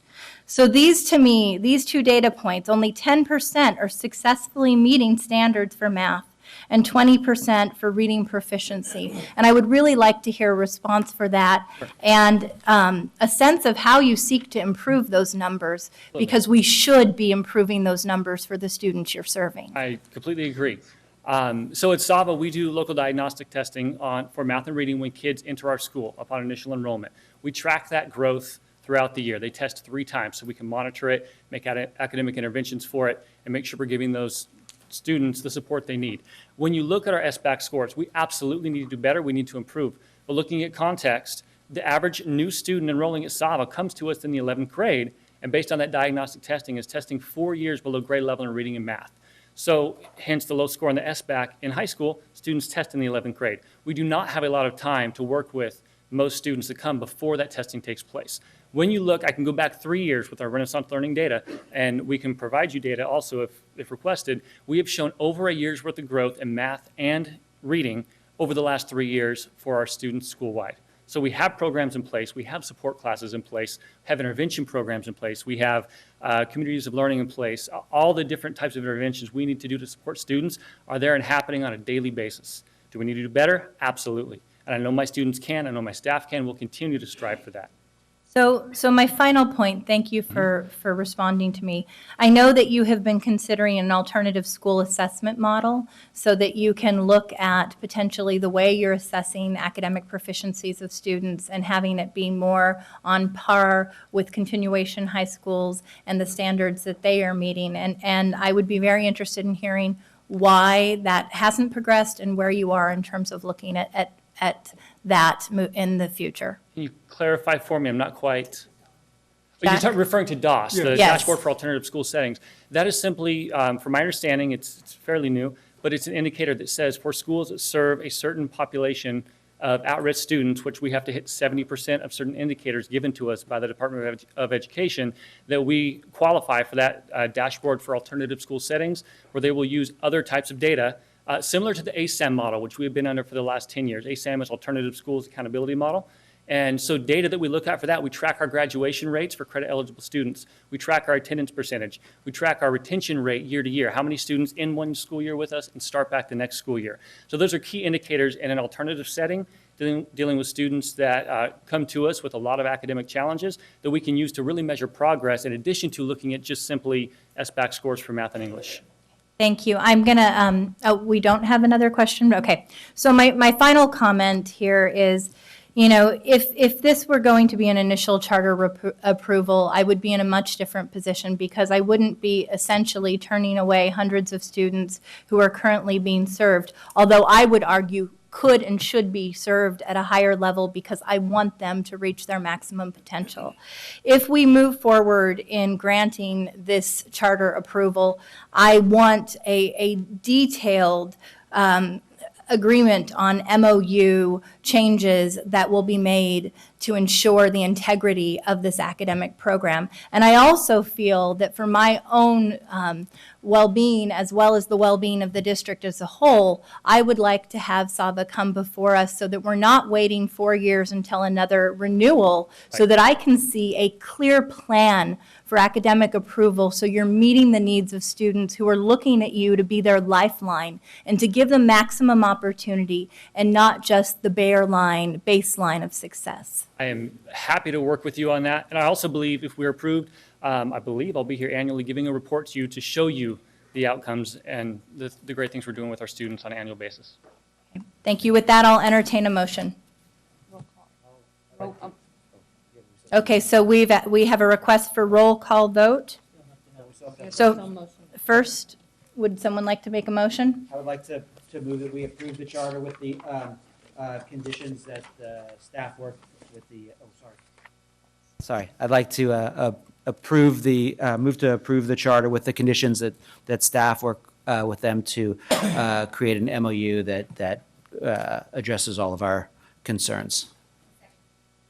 With that, we're going to move to a roll call vote. Secretary, please take roll.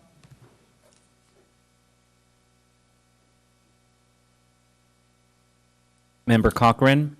No. Member Hansen is absent. Member Minnick? Yes. Member Pritchett? No. Member Ryan? Aye. Member Vang? Yes. Member Wu? Aye.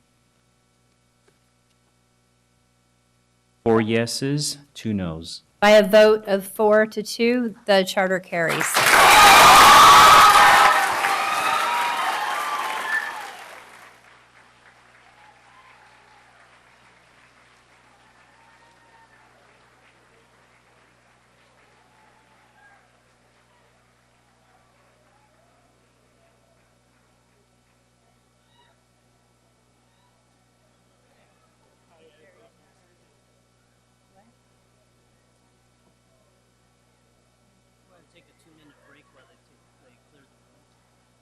Sure.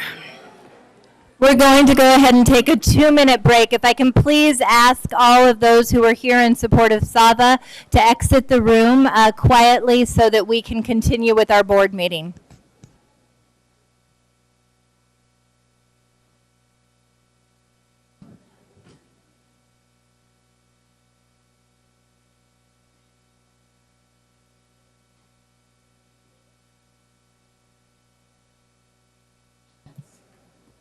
Okay.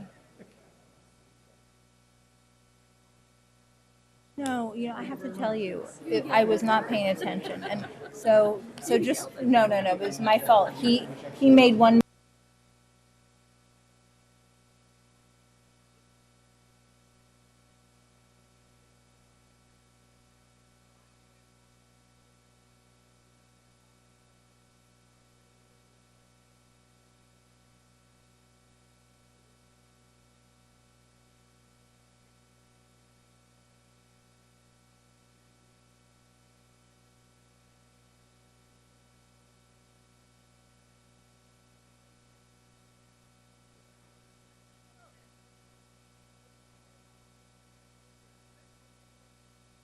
The elbow? I believe so. I have 2 things. Okay.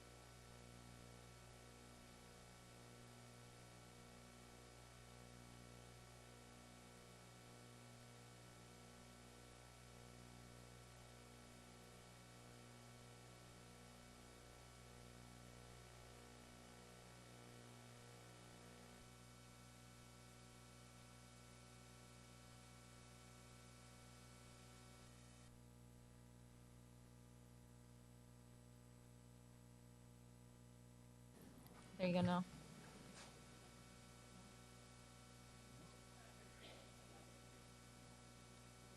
Test, there we go.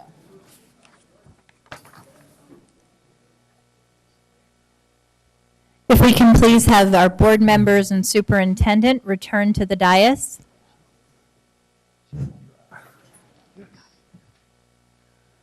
All right, good evening. This is the second of our double feature tonight.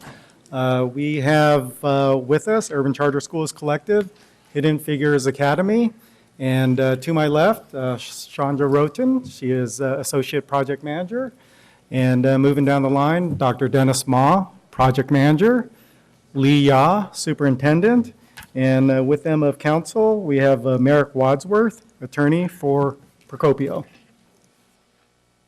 Once again, I will be facilitating the process for the board to consider Resolution 2965 and Resolution 2966 for the initial charter petition for Urban Charter Schools Hidden Figures Academy.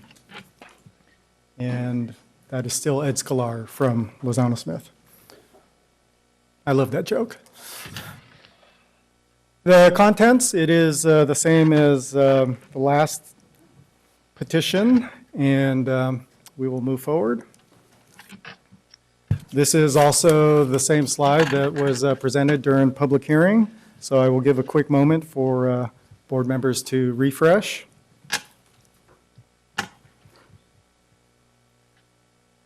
We have it. Thank you. And we have the same charter review team that evaluated the SAVA petition, evaluate the Hidden Figures Academy petition.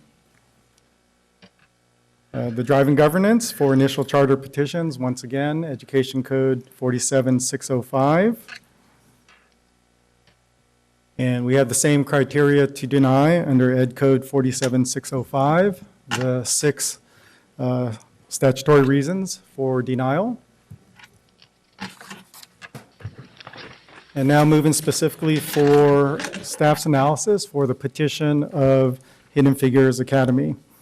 It is the staff's analysis that petitioner is demonstrably unlikely to successfully implement the proposed program, and also the petition does not contain reasonably comprehensive descriptions of 15 certain elements. Of the two, first, we have demonstrably unlikely to successfully implement. We have 7 reasons, of which number 1 is YPSA, academic achievement, lags behind district achievement.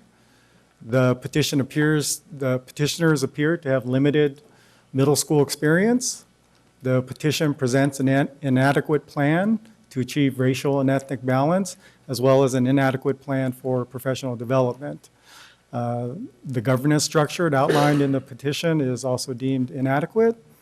And number 6, teacher signatures raise concerns regarding the experience of the proposed teaching staff of Hidden Figures. And finally, number 7, the petition does not include sufficient information regarding the proposed facility.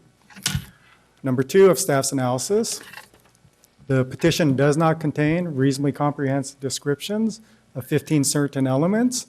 And these certain elements, we have number 1, the educational program encompassing the plan for special education and Section 504, as well as the plan for English learners. There are concerns regarding how students are providing instructions that are below and above grade level, as well as the technology plan for the school. We are also unclear on aspects of the afternoon club. Number 2, that is not reasonably comprehensive, are the goals and measurable pupil outcomes, as well as the means to achieve racial and ethnic balance. And finally, not reasonably comprehensive regarding employee qualifications. We have 2 of the 6 criteria, as I just mentioned, listed below, and we move to the next steps, of which the governing board shall either approve Resolution 2965 to approve the initial charter petition, or the governing board shall approve Resolution 2966 and adopt the final written findings of fact as its own in order to deny the initial charter petition for Hidden Figures Academy. And with that, I'd like to give the opportunity for Superintendent Yaw to make some comments on his behalf and the team. Thank you very much, Mr. Kramer. Good evening, Vice President Ryan, Vice President Rule, members of the board, and superintendents are here, but good evening. My name is Lee Ya. I'm the superintendent at Urban Charter Schools Collective, and tonight, our community supporters, my team members, and I are here to share with you the missing information that may have caused the findings in the district's report. We want to make sure that your decision tonight is based on one that is inclusive of much as possible, the available information on our petition. To do that, we have a three-part presentation. First, you will hear a short remark from our attorney, and then our middle school project managers, and finally, in public comment from 5 to 6 of our community supporters. We realize that the time constraints tonight is there, so we will be making this presentation very short as much as possible. And so at this time, please welcome our attorney, Mr. Merrick Wadsworth. Thank you very much. Hi, good evening, everyone. My name is Merrick Wadsworth. I'm an attorney from Procopio, Corey, Hargreaves, and Savage, and we represent the petitioners for Hidden Figures Academy. So by law, when reviewing a petition for the establishment of a charter school, a district is required to be guided by the legislature's intent that charter schools are an integral part of the public education system, and they should be encouraged. A district shall grant a charter petition if it is consistent with sound educational practice, and by law, a district may not deny a petition unless it makes written factual findings in support of one of the 6 grounds for denial. So in this way, the default position under the law is actually for approval of a charter petition absent specific findings.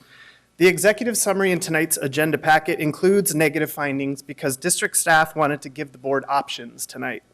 Despite the findings in support of denial, district staff also specifically found that the deficiencies in the charter petition, to the extent there are any, can be fixed and remedied, all of them, via the district's standard operational MOU and the special education MOU. Petitioners know what it takes to run a financially and operationally sound charter school. They've been doing it for years. And with this board's support and guidance, they are prepared to do it once again. So I urge you to follow the spirit and the intent of the Charter Schools Act and approve the charter petition for Hidden Figures. Thank you. 4 minutes and 6 seconds remaining. Well, 3 now. 3. Oh, 4. Thank you. My name is Dennis Ma. I know many of you, some I don't meet personally, but nice to meet you. The most important thing about renewing a charter, like I've been doing in a couple of years, is academic achievement. The second most important thing is it's financially sound. We're very pleased that the staff did not find any findings that we have an unsound program for Hidden Figures. Let me cut to growth, academic growth. In the findings, the district staff looked at growth between 1 year, a very narrow view. We took a much broader view over 3 years, and this is what we found. As the district staff pointed out, we had one subgroup, Hispanic Latino, in ELA, did not improve over 1 year, but not also over 3, but all other groups did. Now, our African American subgroup had less than 30 valid scores. Unless there's 30 valid scores, then we have a non-numerically significant subgroup. So here in green is YPSA, ELA, one subgroup. Down here is math, growth. And the other thing I wanted to share with you in my limited time, in a comparison of K-6 schools, there's 38 district K schools, not K-6, not K-8, but just K-6. This is where Yabeshua lands. It's right at the median. So Yabeshua is doing a better job managing schools than the district's operation, traditional operation. We also have the district's K-6 based on SBAC. If we look at it closely, it's in your packet on page 4.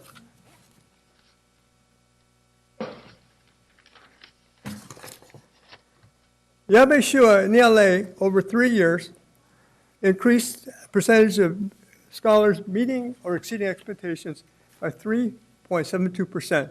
The district's K-6, 2.52. For math, Yabeshua, 8.69% versus district 3.63 for K-6 schools in the district. So the staff termed that we were lagging. I don't think this is lagging, this is growth. I'm out of time because we wanted to address the second half of issues that the district staff felt was not comprehensive. Sandra?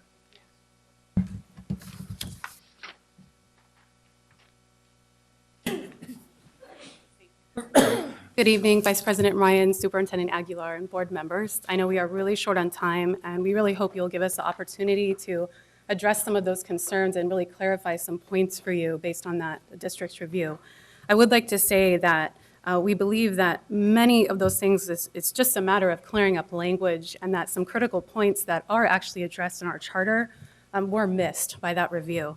I'd specifically just like to talk about our plan for English learners. The district noted that the only time differentiated ELD support would be provided is in a twice-weekly 35-minute block, which is our intervention win blocks. But throughout the charter, we specifically addressed that we have a very integrated ELD program, and that, in fact, on page 66 of our charter, we state that teachers in all classrooms will use strategic grouping and differentiate instruction for the varying levels of English proficiency. There was also a question about our literacy club. Our afternoon clubs, we're just calling them clubs, those are our middle school electives. And we have a specific literacy elective that is designated ELD support that offers children an additional 200 instructional minutes a week. So that club, I think the district's confusion was we did not specify that it would be taught by a credentialed teacher, but the literacy club or elective and the math club will both be taught by credentialed teachers. I have some more comments, but am I out of time? If you can please wrap up your comments. Okay, Thank you. sure. So just another piece, there was a question about the technology plan, which again, we thought was very minimal. The concern was we didn't specify that there was a one-to-one student-to-teacher ratio, but we did clearly on page 111 of the charter specify that all scholars would have access to computers in all core classrooms and electives that required use of a computer. So yes, we of course will have that one-to-one correspondence. We even have that planned in our budget. And then just for saying district reason number 2, that we don't have a reasonably comprehensive description of goals and measures for pupil outcomes. Our team is very committed to doing whatever it takes to improve student achievement. And by that being said, our first benchmark in year 1 was 40% achievement. As educators, we really believe in closing the achievement gap. And to close the achievement gap, we weren't comfortable saying that one subgroup, we only expect them to perform at 30%, but another subgroup, their goal will be 35% or 40%. We wanted achievement for all the subgroups that our organization represents. And that is why we came out with that aggressive first-year goal of 40% for all scholars. In year 2, we show a 5% growth, and then in year 3, we jump to 10%. We know this is not the traditional method for calculating projections, but we are an innovative charter school, and we do represent some out-of-the-box thinking, but we are committed that we can achieve these goals with our very strong educational program. Thank you. Thank you. Do we have any public comment on this item? Yes, we do. There's 7 or 8, sorry. Okay, if we have 7 or 8, we can keep it at 2 minutes each. Please do not exceed the 2 minutes each. If we end up having to go over, we will drop the remaining public comments to 1 minute each to fit within the 15-minute time frame. I'll call the first 5 folks. Lonnie DeWitt, Lori Massey, Cao Vu, Darlene Anderson, and Miles Miles.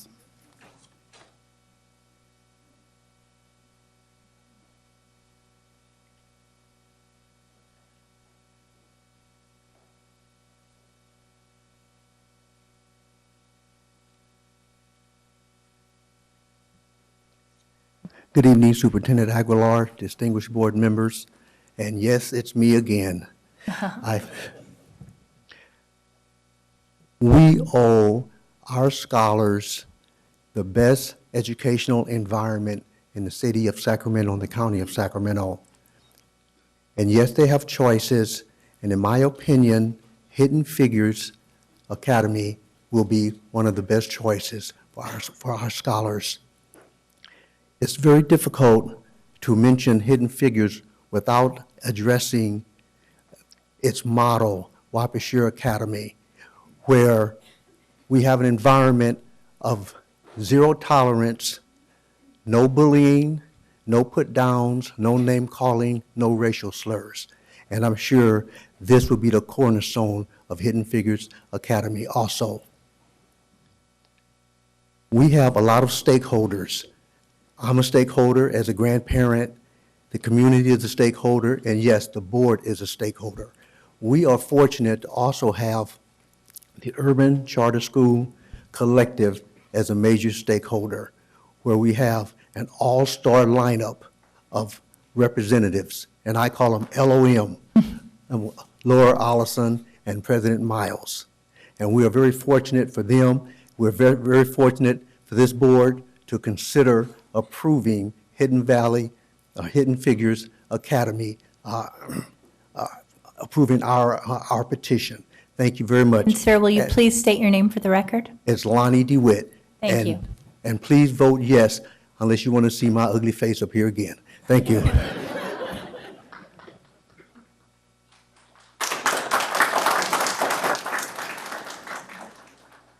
Hi, distinguished members of the board. My name is Laurie Massey, and I'm a retired educator and former board member for the California Association for Bilingual Education, and here tonight as a community member supporting Hidden Figures Academy. I've had an opportunity to see on numerous occasions the excellent work that's being done right now by the teachers and scholars at YPSA, and would love to see these folks have the opportunity to continue and expand that achievement at the middle school level. Hidden Figures Academy will be a good force for the community, and I urge you to support them and to vote yes for these students. Thank you very much.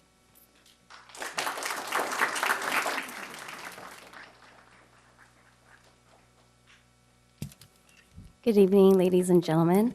My name is Kuvu, and as Mr. DeWitt said, you know, HFA is kind of modeling YPSA, and that's why I am for HFA. I currently have 2 children who are attending YPSA. One of them is getting ready to be promoted to the 7th grade at the end of this summer. And as a parent, I've been concerned about what middle schools I want to put them in.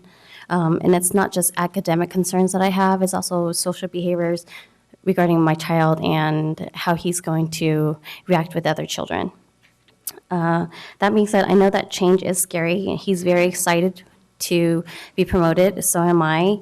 And I just want to say that he can go to any school and learn academics, like language arts, reading, math, science. But there are not many schools that are going to teach life skills. Currently, for example, at YPSA, they're learning about integrity, truthfulness, friendship, effort, perseverance. And although these are all things we can teach at home, it helps that when they go to school, it's reinforced to them. They're going to grow up, and we want them to be successful. We want them to be able to succeed. Not only that, but we want them to be a good and humane person, someone who has compassion, who is caring and giving, who has a sense of justice. And if we instill these qualities throughout their youth, we know that not only will they be successful in their careers, but also as a person overall. So I urge you, please, please vote yes for HFA. Thank you. Darlene. Darlene Anderson. I think the most important thing that we're talking about right now is quality of educational options. When I fought 2 years at a district school for 2 children who were twins, and the whole time that fight was in special ed and was about if they had a right to get the additional services. And the teachers got up and walked out of the IEP, and it was just, wow, what are the kids here for? When we moved them to Yapan, the kids are saying they love where they are. What a change. The reality is that you need to be where you're loved and cared about. You need to be where you can make success. And I think the biggest move for Yapan to move to Hidden Figures is to support their students when they move from the 6th grade to the 7th and 8th. And so why should they let them get into, like, the other schools I've been dealing with, where straight Fs were acceptable, and then you move from one school to another, and the kids manage to make it a little bit, and then when they go to high school, they get straight Fs? Really? What is this all about? Fs for your first year in 9th grade. Why do children deserve failures of a public service? What are we really talking about here? And so if Yapan wants to move to Hidden Figures and create a program to sustain their students, why not? We should be encouraging success of our children, regardless of who has them. But if the district wants to regain and keep these students, then they should feel loved. They shouldn't feel like they're going to get Fs or they're going to fail. They shouldn't feel like suicide is an option, but it is. So for so many students, we need to be responsible. So we need to create places where we have an expectation of success. And this is what this is all about. And I urge you to vote yes.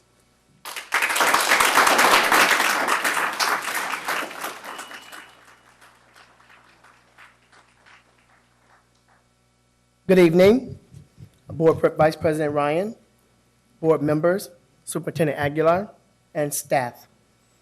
My name is Miles Wiles. I'm the board president of Urban Charter School Collective, and I have with me our member Laura. We're here and we're glad to meet you and to share with you our enthusiasm for working together. See, on this potential new project, we are excited about HFA and the new middle school opportunities that it would be giving our students as we move forward throughout the community. It's not just for the students of YPSA, but it's for any student throughout the state of California who want opportunities and something different and something exciting and something new. It's about choices. We currently have 4 members on our board, of which 2 of us are here tonight, Member Laura and myself. We also currently have Member Allison and Bang, who have sent their regrets that they cannot be here tonight. But we assure you that you will have the opportunity to meet all of us as we move forward in our work together. While our board currently have 4 very active members, along with a very qualified staff, our bylaws are written to potentially have 7. And this is the case so that we can grow as a board as our opportunities grow for the students we serve. Surely, we were a little surprised by some of the staff findings, but feeling it can all be easily addressed and these concerns can be put to rest to your satisfaction with our dynamic team as they work forward to address those for you. I am glad, but I'm not going to take much more of your time tonight to readdress all those things. But what I would like to say and leave you with is on your heart and your mind is that we all have some common goals. And those common goals are doing the best by the students we serve. One of those common goals is student achievement, opportunities, and choices. We feel with our design model and curriculum, we offer unique opportunities for young scholars to flourish. So we, the UCSC board, still believe as partners with Sac City, we can continue to do great things together. And we do urge you to vote yes and support HFA and let us continue to do great things together. Thank you. Our next 3 speakers, Aaron Walker, Ian Arnold, and Mary Yang.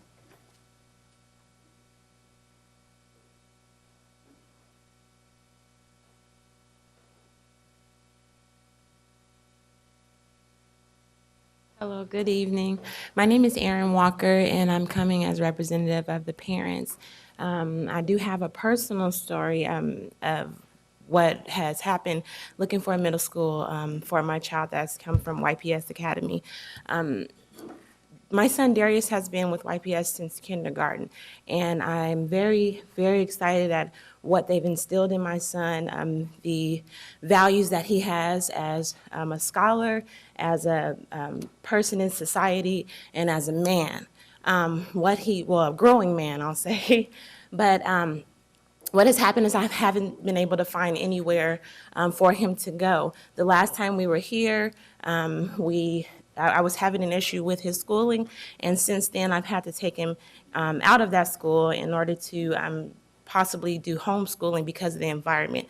I know that we talk a lot about the education and the curriculum, but what happens with the children who are on top of that, that don't have behavior problems or things like that? To take him from an environment, then uproot him from a safe environment, an environment that he can flourish and thrive and do the best that he can, to put him somewhere where the hardest thing is not a test, but whether or not to accept drug deals or advances from students of the same sex, things of that nature that is just out of my control. I understand I can't control what children say and what they speak of in this transitional time, but as a parent, I should be able to control the environment in which they are transitioning into.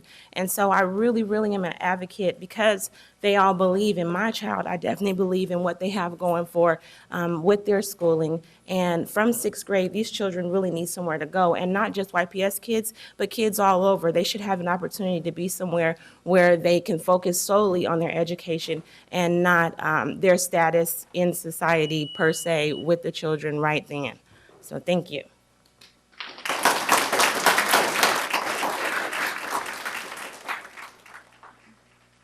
Good evening again, Vice President Ryan, Superintendent Aguilar, board members Ian Arnold. Boy, this is a tough one. I mean, I've been out to Yape multiple times. It is a beautiful site. It's warm, it's inviting. The kids absolutely love it there. If I had kids who were K through 6 at home, I'd want to send them there. Absolutely would. My concern is that, you know, the petitioners had these kids K through 6. Now the kids are matriculating, wants to get them through middle school. I understand that. But the kids are lacking in achievement, and in some areas significantly lacking in achievement. I think that what the petitioners talked about, the fact that their growth has improved over the last couple of years, I think that's absolutely something to look at. I think that if you look at the current year, if you look at the 4th grade, that's something spectacular happened there. But I would encourage the petitioner, frankly, to hold off a couple of years. You're doing something right. You're starting to get there. You've done something clearly has been going correctly in 4th grade, whether it's just one brilliant teacher or some new methods.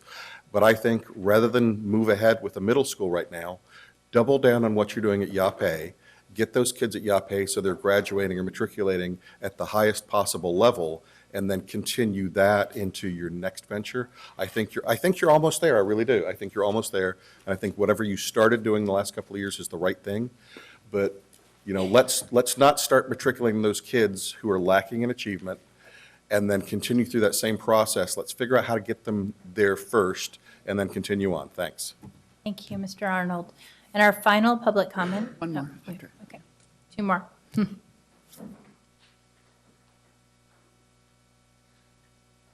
Good evening, everyone. Superintendent Aguilar, Vice President Ryan, and members of the board. My name is Mary Yang. I'm a proud parent of 4 scholars, 2 of which graduated out of Yape Shore Elementary.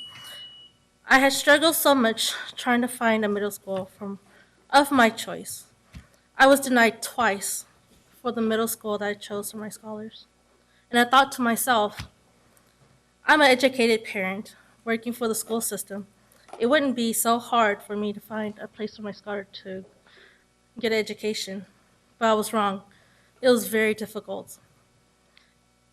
If it was difficult for me, how difficult would it be for the parents that have very little education and don't have a voice for themselves to have a choice?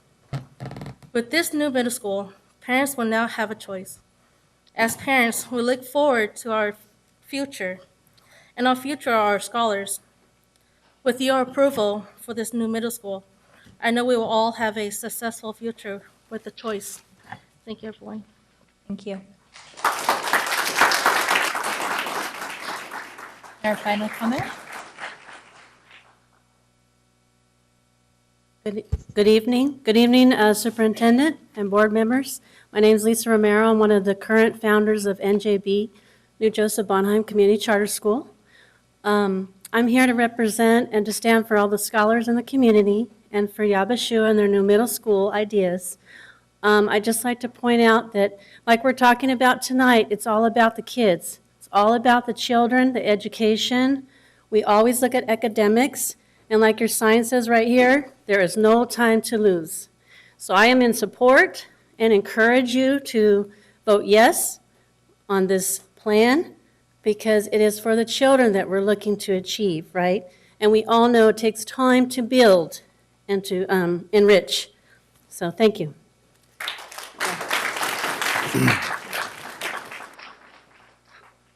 Good evening, President Aguilar and board members. I just have a personal story regarding, my name is Arthur Aleman, and currently I'm the president of the steering committee at the New Joseph Bonheim, which is the governing board of the school. Not an advisory board, but the governing board. I have a personal story with Dr. Ma here. I remember when we were trying to get the school off the ground after it had been shut down. We were struggling at the time trying to put it together, and we got the community. We had the community backing us up, but we didn't have no one to really go forth and put something together that we could go forward with. But along came Dr. Ma, and he put a plan together for this school. And as we went forth with this, I remember him encouraging us, empowering the community to go forth. And now that we have, we're on our fourth year at New Joseph Bonheim, and we have tremendous growth. We have one of the highest growths, academic growths in the district. And because of his encouragement and his direction, I know that NJB is going to be successful, just like YPSA has been successful and the rest of the schools has been involved with. And I encourage you to vote yes, and let's go with it. Amen. Thank you. And we have one more late public comment. We're going to keep that public comment to 1 minute.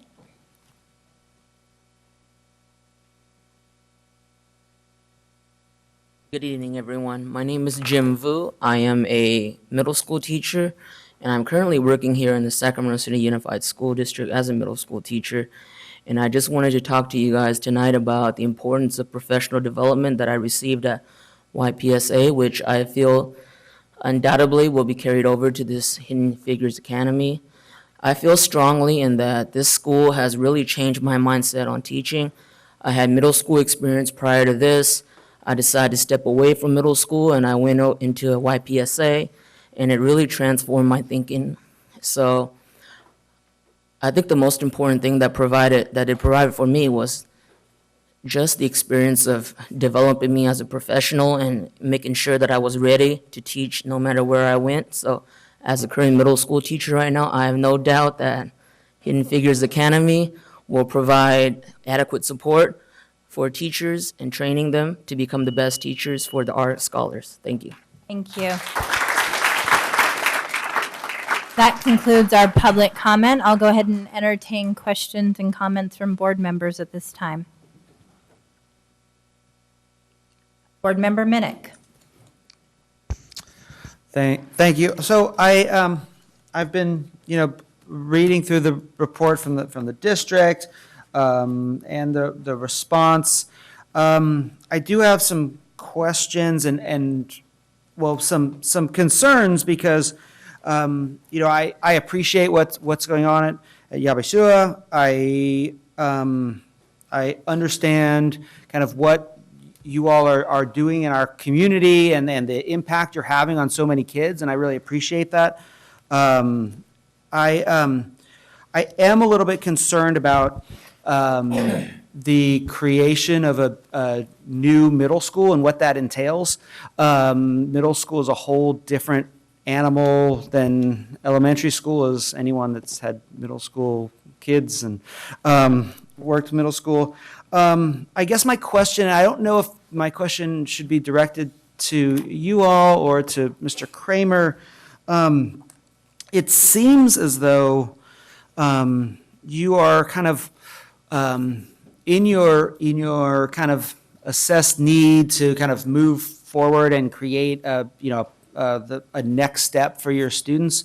It seems like it would be more appropriate to be looking at options in terms of expanding to a K-8 model. And so I guess my question, whether it be for Mr. Kramer, if that's a different process, or maybe to Dr. Marr and Dr. Yang, why you've chosen to look at an entirely new school at a different location, when what I'm hearing from folks is that they love that environment at that school and want to continue that. And I've talked to a couple parents that have reached out to me.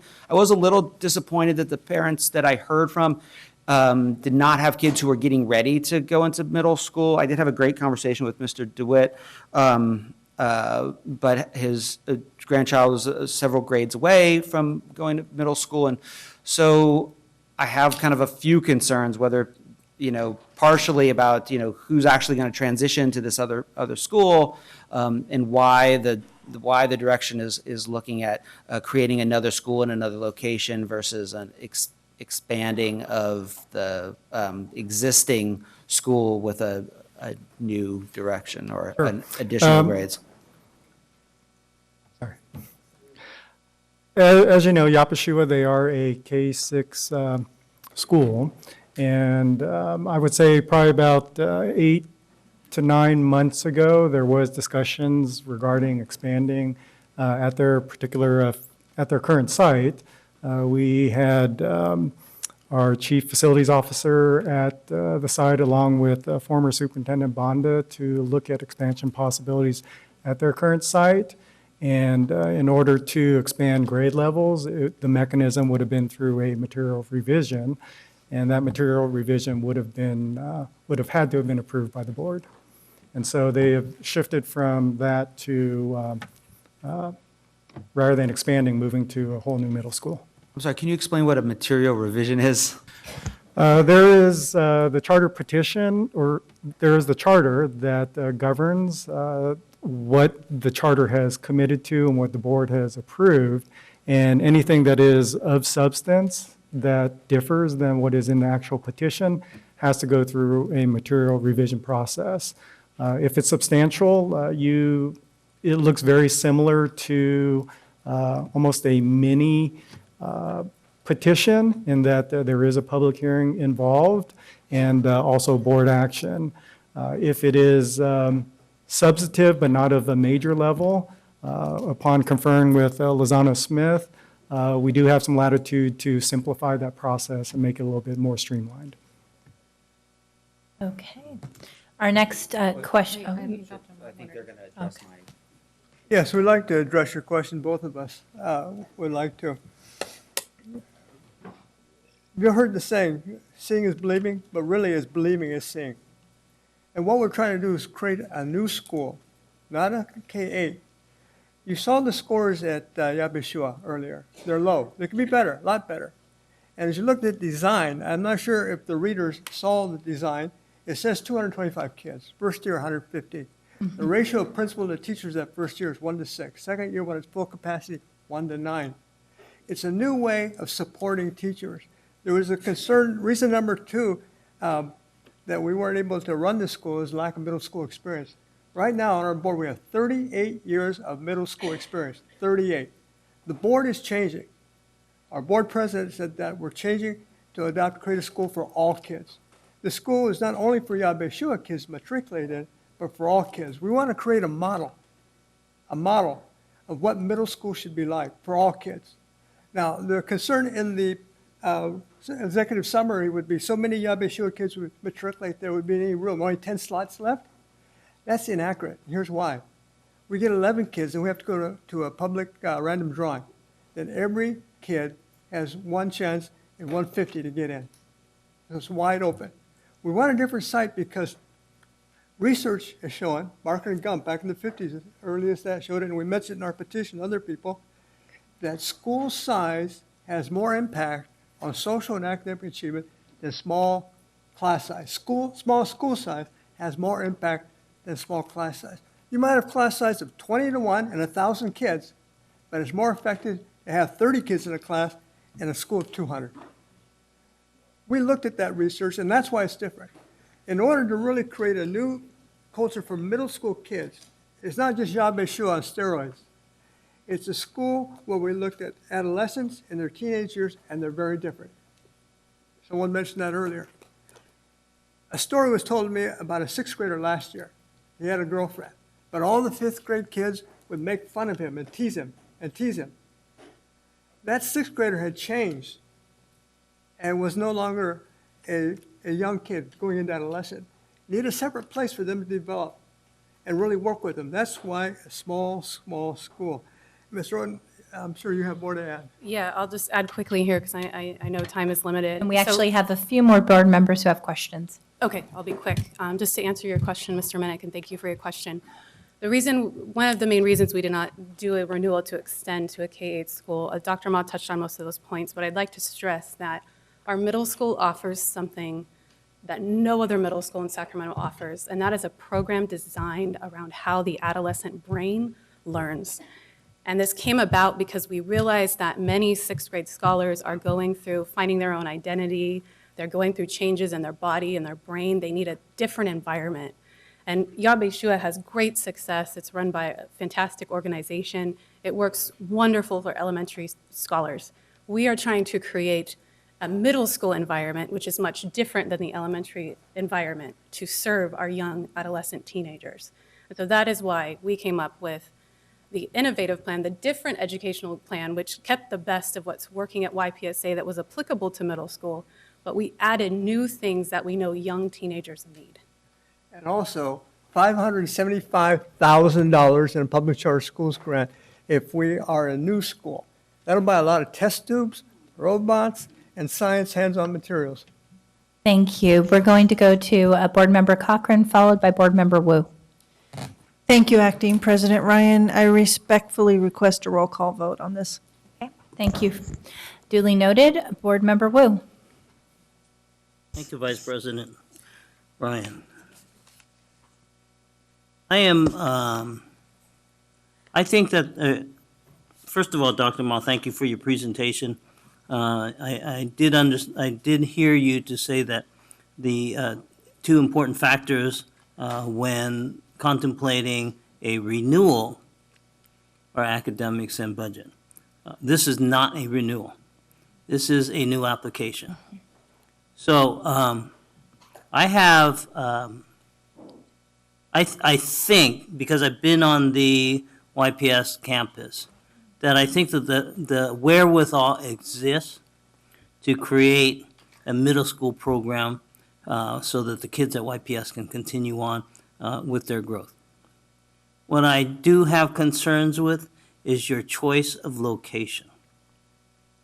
So I'm going to ask you whether or not this is an all or nothing application. In other words, is it a 6 to 8 middle school charter can be bifurcated from the request to place it on the New Tech High School campus?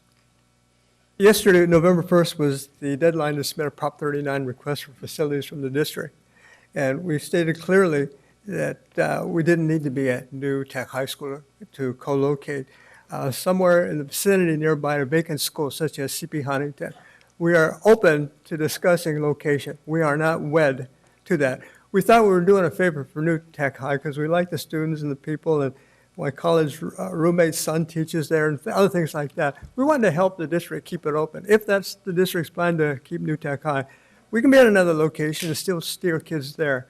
Ms. Roten has been talking to Principal Durham and bringing parents over to New Tech, giving tours so they can see what it's like. So I think we don't necessarily have to be located on New Tech High campus in order to still have kids directed toward New Tech. So in the, if the vote is taken tonight to authorize 6 through 8 middle, but New Tech High is not the venue, where would you locate? Under Prop 39, it's a process where the district and the charter school negotiate facilities if they're available. I believe CP Huntington is a vacant facility without future plans at this time. I'm not sure, but we'll go through that process. If that doesn't work, other option is to rent a facility and use SB 740 to be reimbursed for using a facility. So we've been looking for a place. Okay, thank you. Welcome. We now have comments and questions from Board Member Vang, followed by Board Member Pritchett. So Dr. Ma and Dr. Yang, thank you so much for your presentation. I actually haven't had a chance to read your rebuttal because I actually believe I got it today at 4 o'clock because you guys got my email wrong. But I do just have a few comments. I don't question the ability of Yape Shua's teachers and staff and the incredible work that you guys are doing.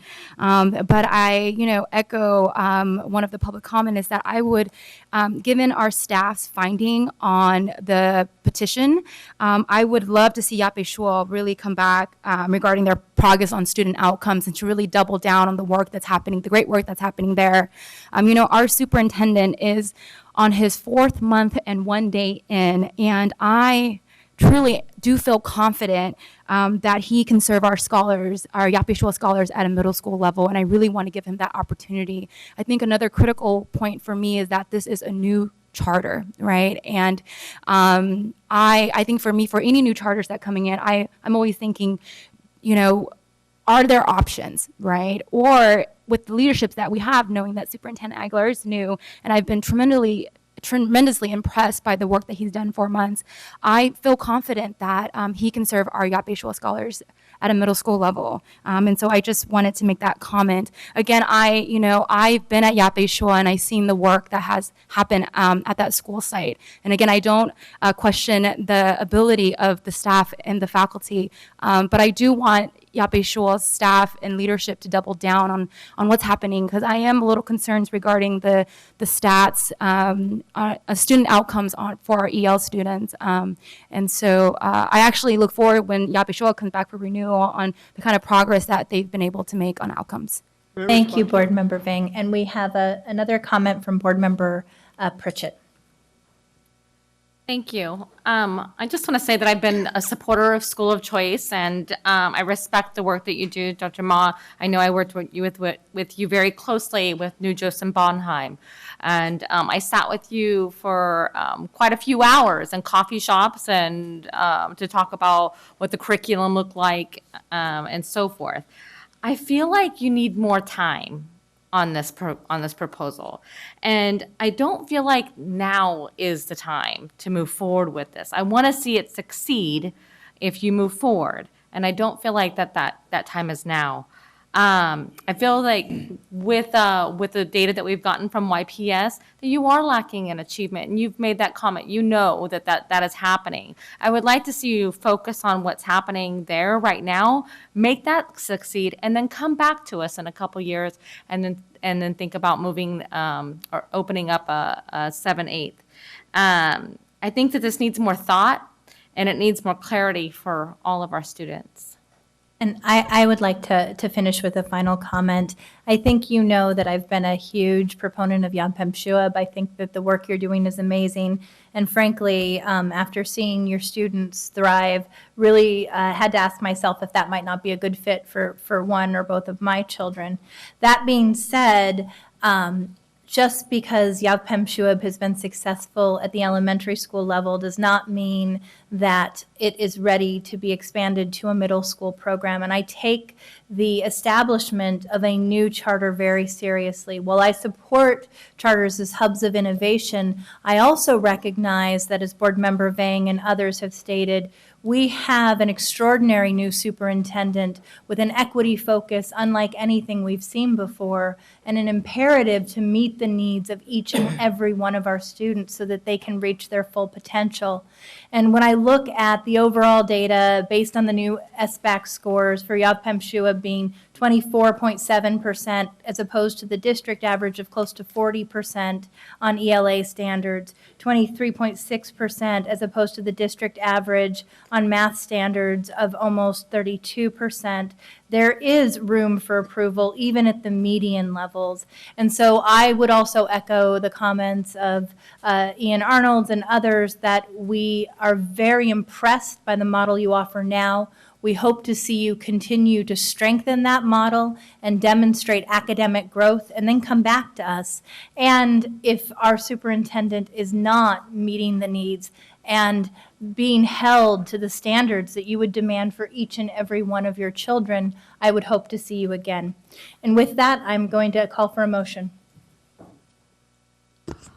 I'm going to motion the denial for YPSA. Do I have a second? Roll call vote. Secretary, will you please call roll?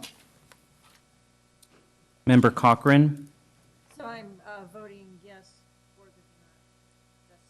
That's the motion on the table, yes.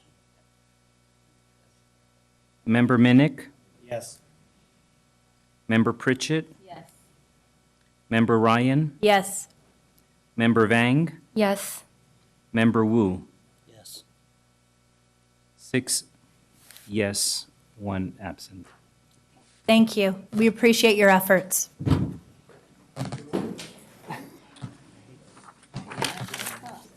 Moving on to our next item. Item 8.3, fact-finding and negotiation updates. And I'll go ahead and give 2 minutes to our staff and community members who came out in support of Yavpem Shua.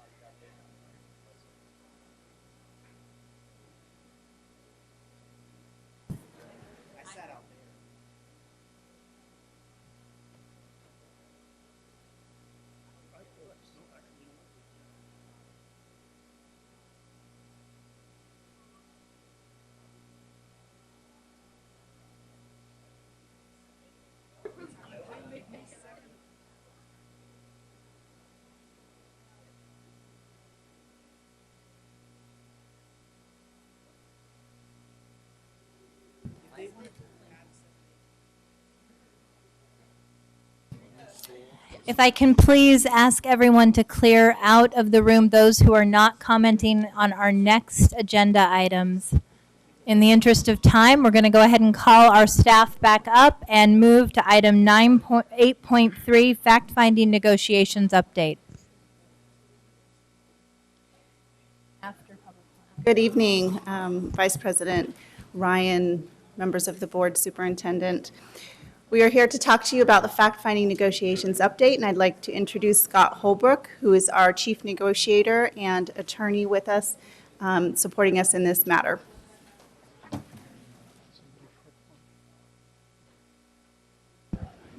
Good evening. I know it's been a long meeting so far, so I'm going to try to keep my comments brief and give you a brief update.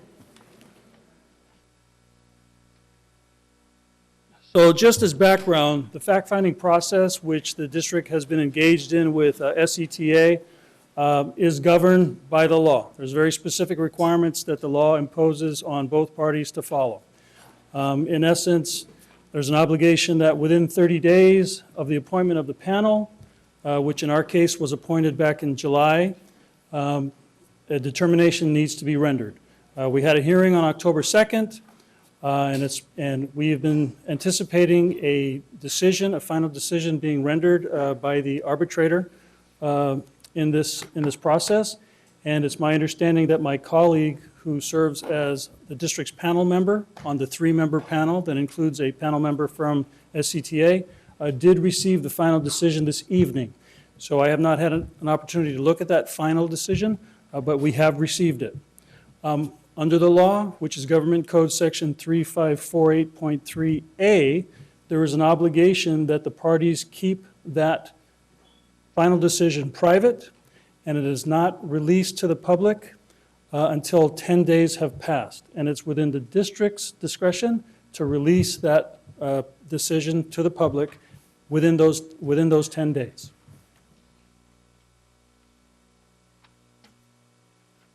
Just to give you some background about the fact finder that assisted the parties in the process, her name is Andrea Dooley.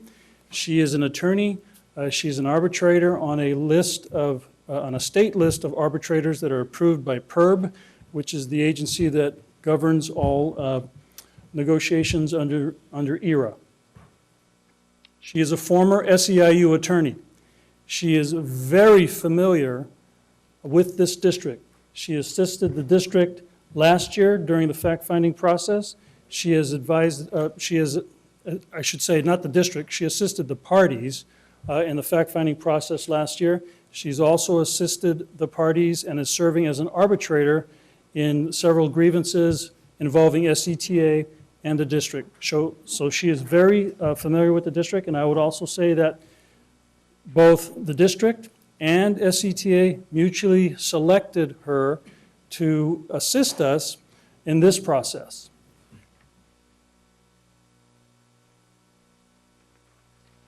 Along those lines, the fact finder, Ms. Dooley, has given the parties very specific instructions to follow. She's asked us to determine when the parties will meet again after the report is issued. She's asked us to determine, by mutual agreement, when that report will be made public. She's also reminded us that the statute is intended to encourage the parties, that they keep the report confidential until there is an opportunity to meet again to see if there's any potential for reaching an agreement. That's part of good faith bargaining. And then she's also reminded us that it should only be made public after that opportunity to meet. Now, with that in mind, I am troubled and concerned that the union did make an announcement this afternoon of their intention to strike on Wednesday, November 8th. That is not within the 10-day time frame that the statute requires. That is not within the 10-day time frame that the arbitrator has specifically given us instruction to follow. So that is troubling. Nevertheless, what are our next steps? Our next steps, we're going to look at the final fact-finding report now that we've received it. We've reached out to SCTA. I, in fact, personally reached out to SCTA this morning, inviting them to give us some dates that we can get together and continue the negotiation process. Now that we have a fact-finding decision, we can use it as a tool to help guide us through the process. We have also reached out to the State Mediation Service. There's an opportunity provided under the law for what's called post-fact-finding mediation. It's governed by Government Code Section 3548.4. We have made a request to the State Mediation and Conciliation Services to appoint a mediator to assist us to continue the dialogue, to continue the process, to use that fact-finding decision to help us in trying to reach conclusion to this matter that we have been spending a long time working on. I'm available for any questions that you may have. Thank you. At this time, we'll take public comments. We have 3 public comments: Kathy Buxton, Darlene Anderson, and Tony Coley-Perry, and Angie Sutherland. Thank you.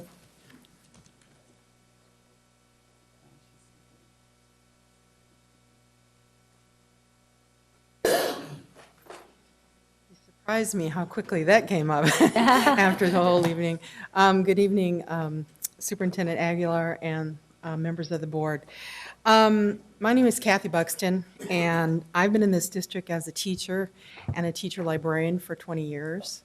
And I will retire in the next few years, and I want to see the next generation of committed teachers, the ones that care as passionately about our kids as I have, and I know many other people have.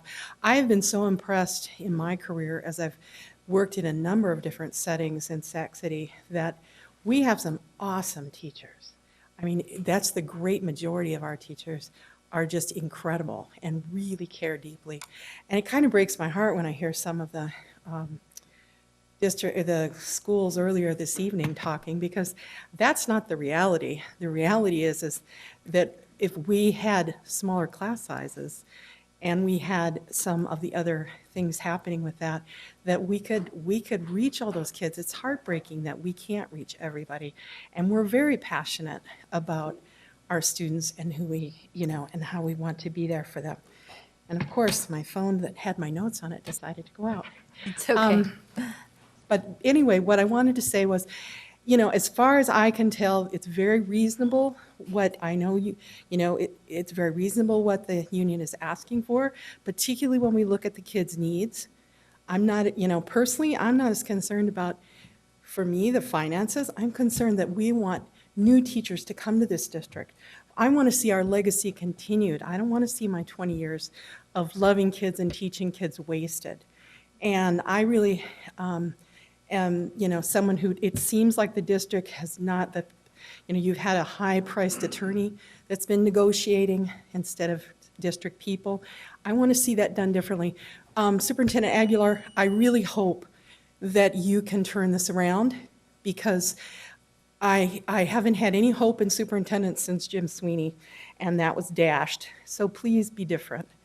Thank you very much. Thank you for your service.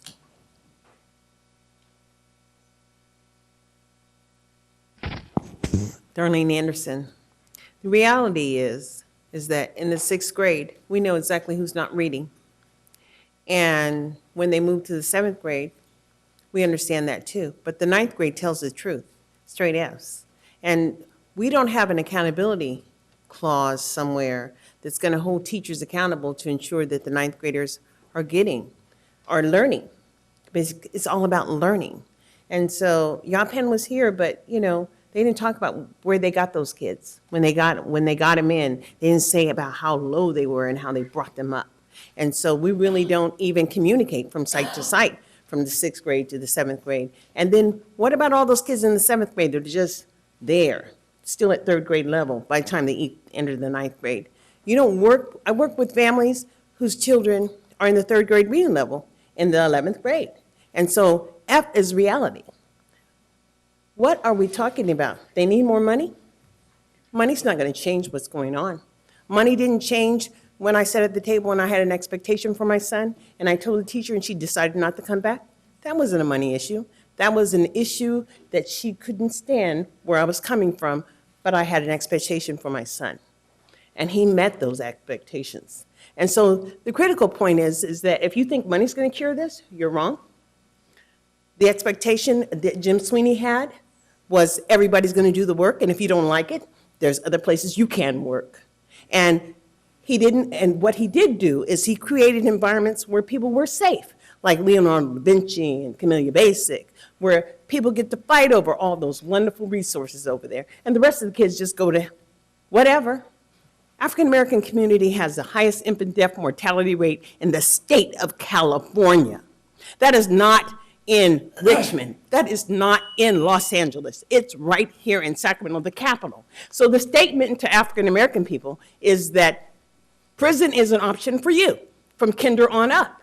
And so I live in the real world. And the real world says, if my son is going to be enrolled in your school district, you're going to give him something. And that's where every parent should be, white, black, or any other color.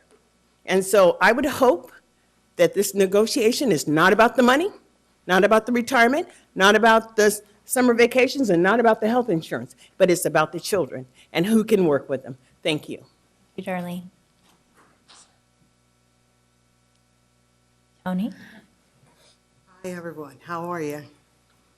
I can't say I'm not extremely proud of my sister. I can tell you that I attended Kennedy High School, and I couldn't sleep on promotion day because I didn't know if I was going to graduate. I had a 1.8 and a civics teacher who was an alcoholic, drinking every time she had a break. The football team knew she was an alcoholic, and they all got Bs, and I barely passed. Nothing has changed at Kennedy because my son, 6 years ago, did not get his high school diploma because he was in a car accident with a friend on Pocket Road, and he was high and drunk, and my son took a serious fatal accident. It took him several months to recuperate, and the Kennedy staff refused to take the special ed teacher's prognosis to move him forward because they weren't qualified. So I think that I found when Kelly Ballard was here, and I can't say how long that was because I'm too old now, but he was probably the only person who met with me when my son was in kindergarten, special ed, who really knew what to do, who knew how to support my son. And as soon as the principal left that school, the teachers got together and made a decision what they weren't going to do for my son and not honor the decisions that he had made for guidance for my son. So what I would like to suggest is that we do something different with special ed. I think that the people who get the most training should train others. I really do. I'd love to close special ed and give every student the opportunity that I've heard the school tonight present that every student deserves. I don't believe that people who have the most skills should work with the least students. I think the people who have the skills need to share their knowledge with every student. I really appreciate that if the teachers go on strike, that you reevaluate how we serve all children, and that we make the call that my son made tonight, 23, no high school diploma, up there serving up in Ukiah with a fire, good heart, still no diploma. Let's do something different, Sac City. I pray that you will make a decision to take advantage of the teachers striking and do something that we need to help our children. Thank you. Thank you.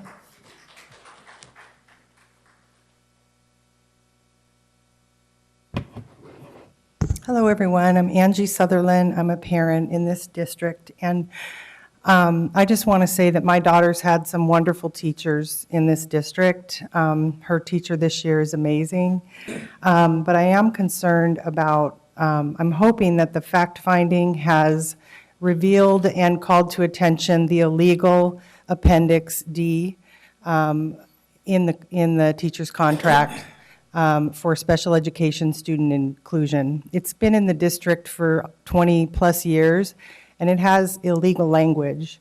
It needs to come out, and I'm hoping and praying that that's going to happen because it's in violation of the Individuals with Disability Education Act, the federal, also the ADA, Americans with Disability Act, and the Rehabilitation Act, Section 504.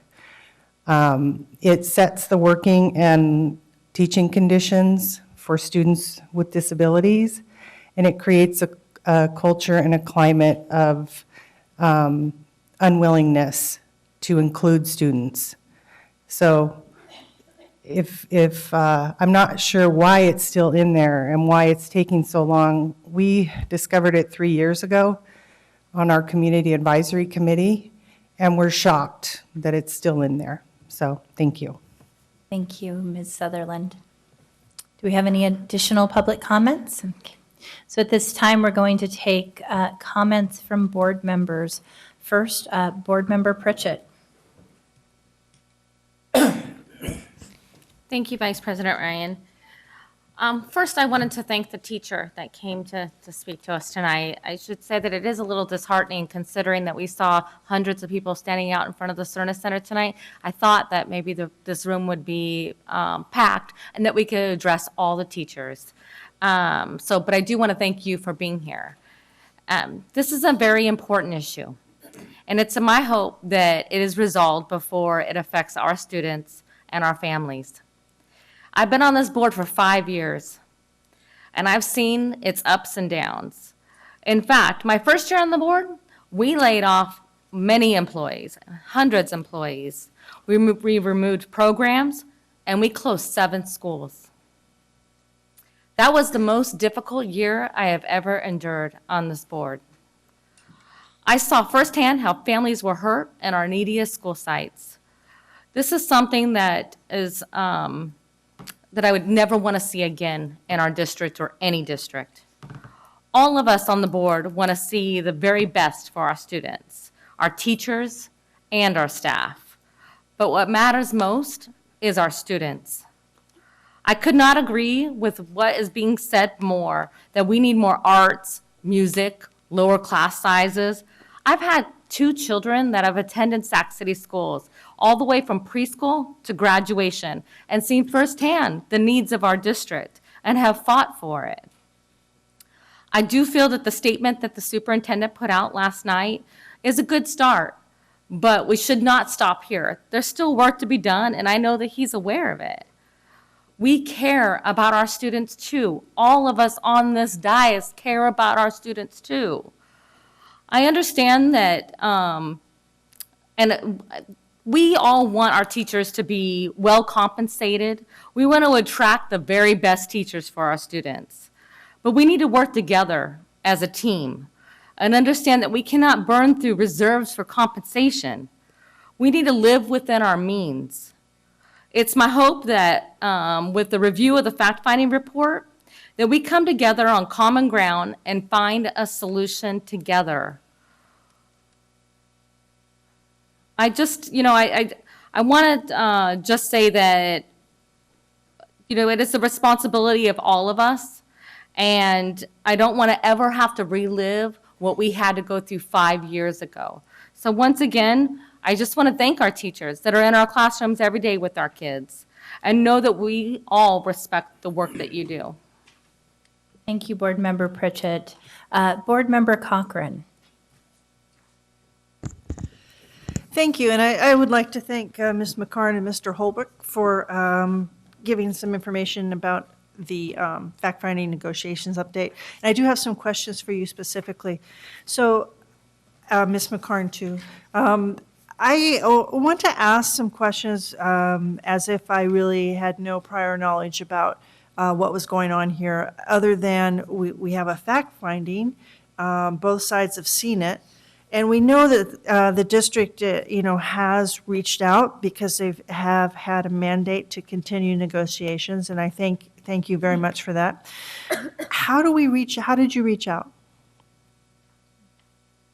I reached out electronically to SETA, and we also sent a letter to electronically to the State Mediation Service for appointment of a mediator. Okay. And that's been the typical way that I've communicated with SCTA. Do you have phone numbers for them? I do. Okay. I don't set policy for the board, and I am an individual member, and that's all I am. But I think at this point, when things are at a point of heavy contention, every means should be used to continue the negotiations. I think that the teachers' union will talk, and I think we need to talk, as we have been mandated, as soon as we can and as frequently as we can, even to the point of making a phone call tonight, even if it's just to say, it's been a long day, I hope to meet tomorrow or talk tomorrow.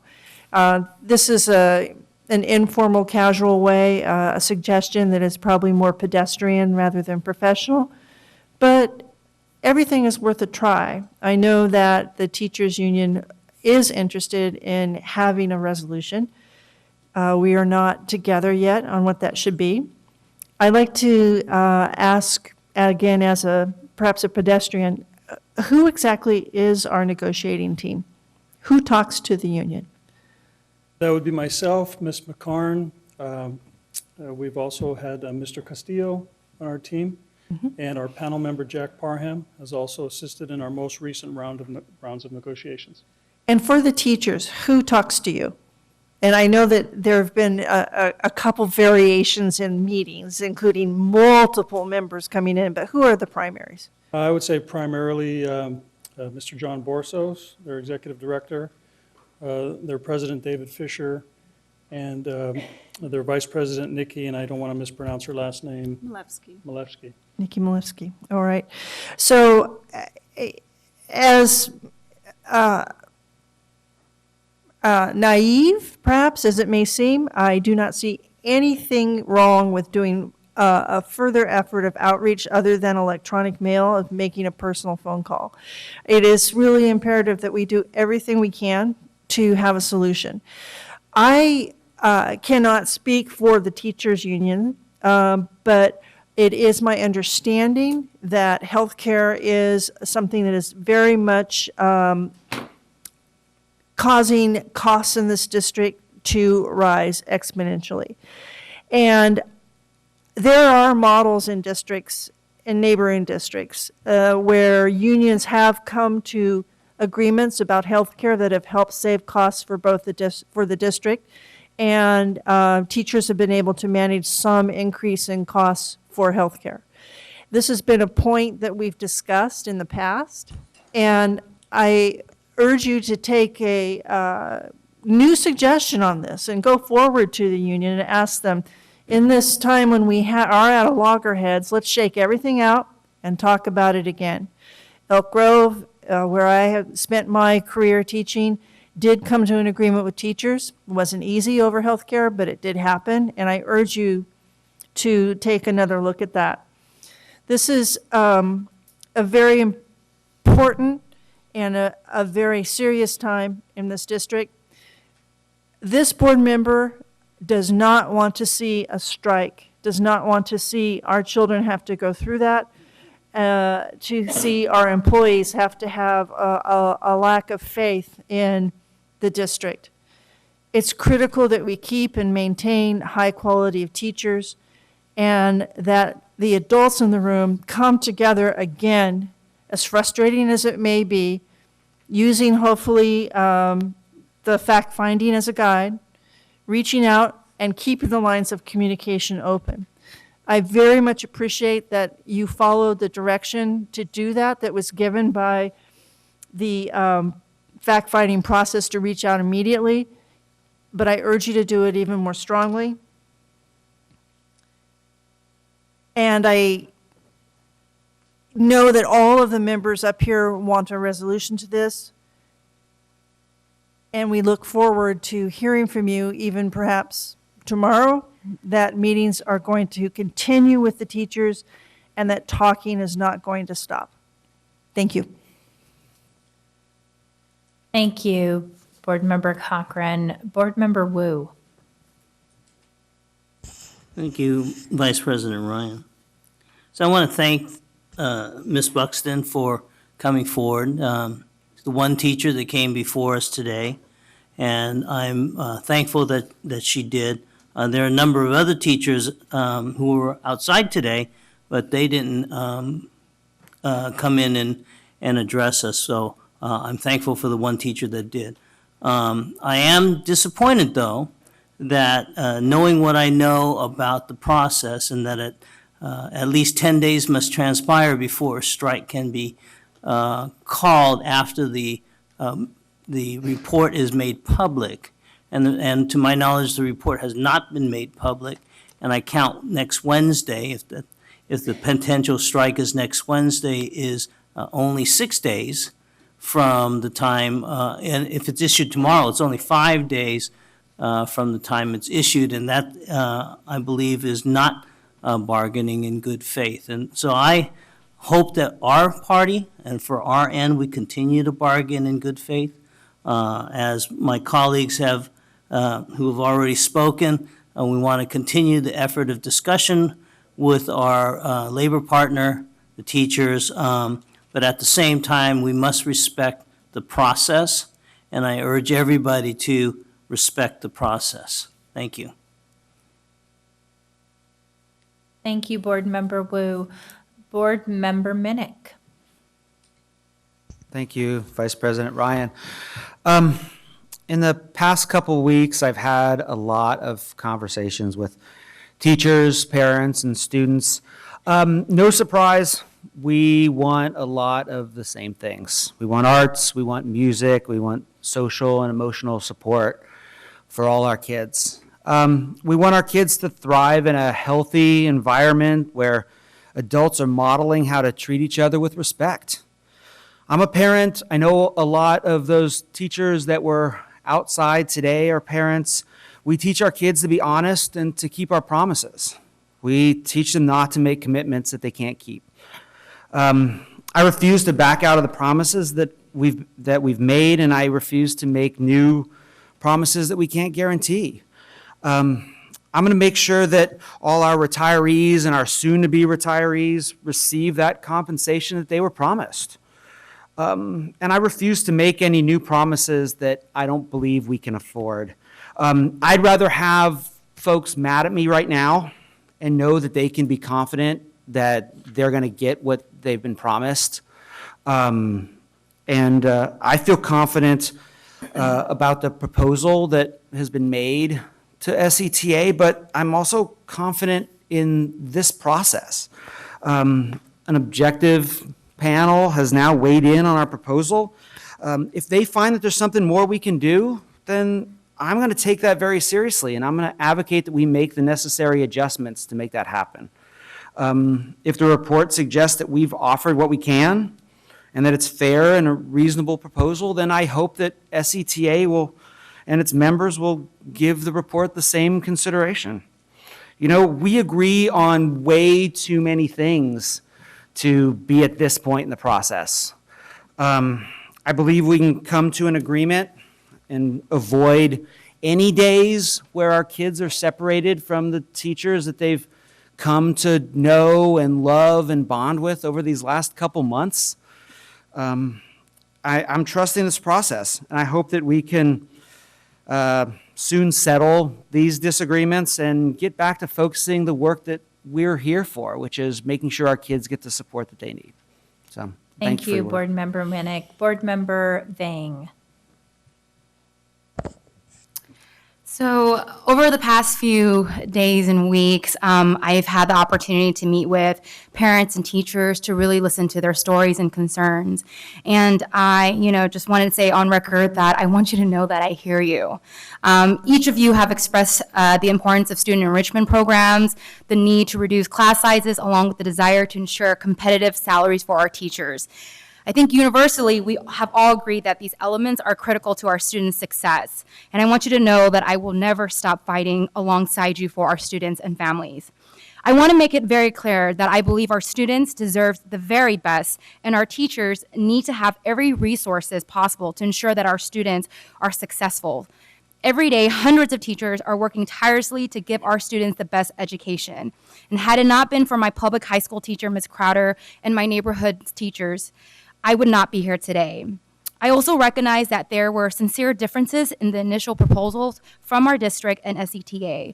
That is why it was important for us to collectively participate in a neutral fact-finding process to issue recommendations based on all the facts that were provided. I am committed to following through with the process agreed upon by both parties. And based on the fact-finder's recommendation, I am hopeful that we can come to an agreement to give our students the best opportunities to succeed. I am confident in the process. As your board member, my responsibility is to ensure that all of our students are given the best opportunities to succeed and thrive. Countless parents and teachers have all expressed concerns about the lasting negative impacts a strike would have on our students, and I'm committed, along with this board, to do everything in our power to avoid a strike and mitigate the impact it would have on our students.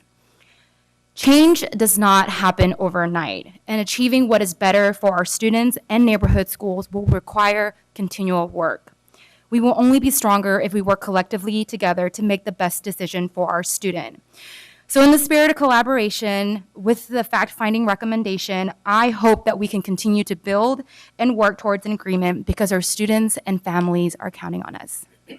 Thank you, Board Member Vang. Student Board Member Nguyen. Thank you. So in the past 2 days, we've had a lot of conversations, especially at school, like in classes, about whether or not the teachers are going on strike. And especially for the senior classes, a lot of the students have expressed concern because right now is like prime time for college applications. So teachers are writing recommendation letters, counselors are assisting with this process.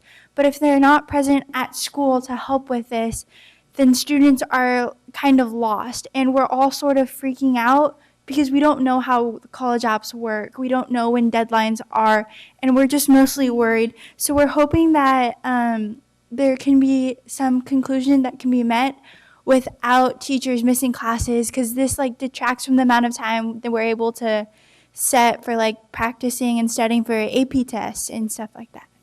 Thank you, Board Member Nguyen. I appreciate you sharing your very real fears. I'm going to take the opportunity to also share a statement. I want to begin by acknowledging the many teachers, parents, and community members who came out earlier today to make their voices heard. As a parent of 2 young children in the district, I'm incredibly grateful to the dedicated educators who work tirelessly to ensure my children and all children can reach their full potential. For the past 3 years, I have had the opportunity to serve on the school board and have on many occasions lamented the lack of arts education, student supports, and a real focus on an equity imperative. I have also been quite vocal about my dissatisfaction with past district leadership. Over the course of the last 4 months, since Superintendent Aguilar took the helm of our high-poverty, high-potential district, I have listened to countless teachers, administrators, families, and community partners. They have expressed a renewed hope that together we can make Sacramento City Unified School District a beacon of light in the region. I have also witnessed firsthand the most constructive and collaborative conversations with union partners since my time on the board. This has restored my hope that we can repair years of ruptured relationships and mistrust. As I continue, as my board continues to do everything in our power to avoid a strike, we must hold on to that hope. Our disagreement is not over values. It's a disagreement over what we believe we can afford, while continuing to honor our commitments, including maintaining health care and lifetime benefits for families. It is my sincere belief that the neutral report issued by the mutually agreed upon fact finder will help us come to a resolution that meets the needs of teachers, students, and the district. We should honor those findings.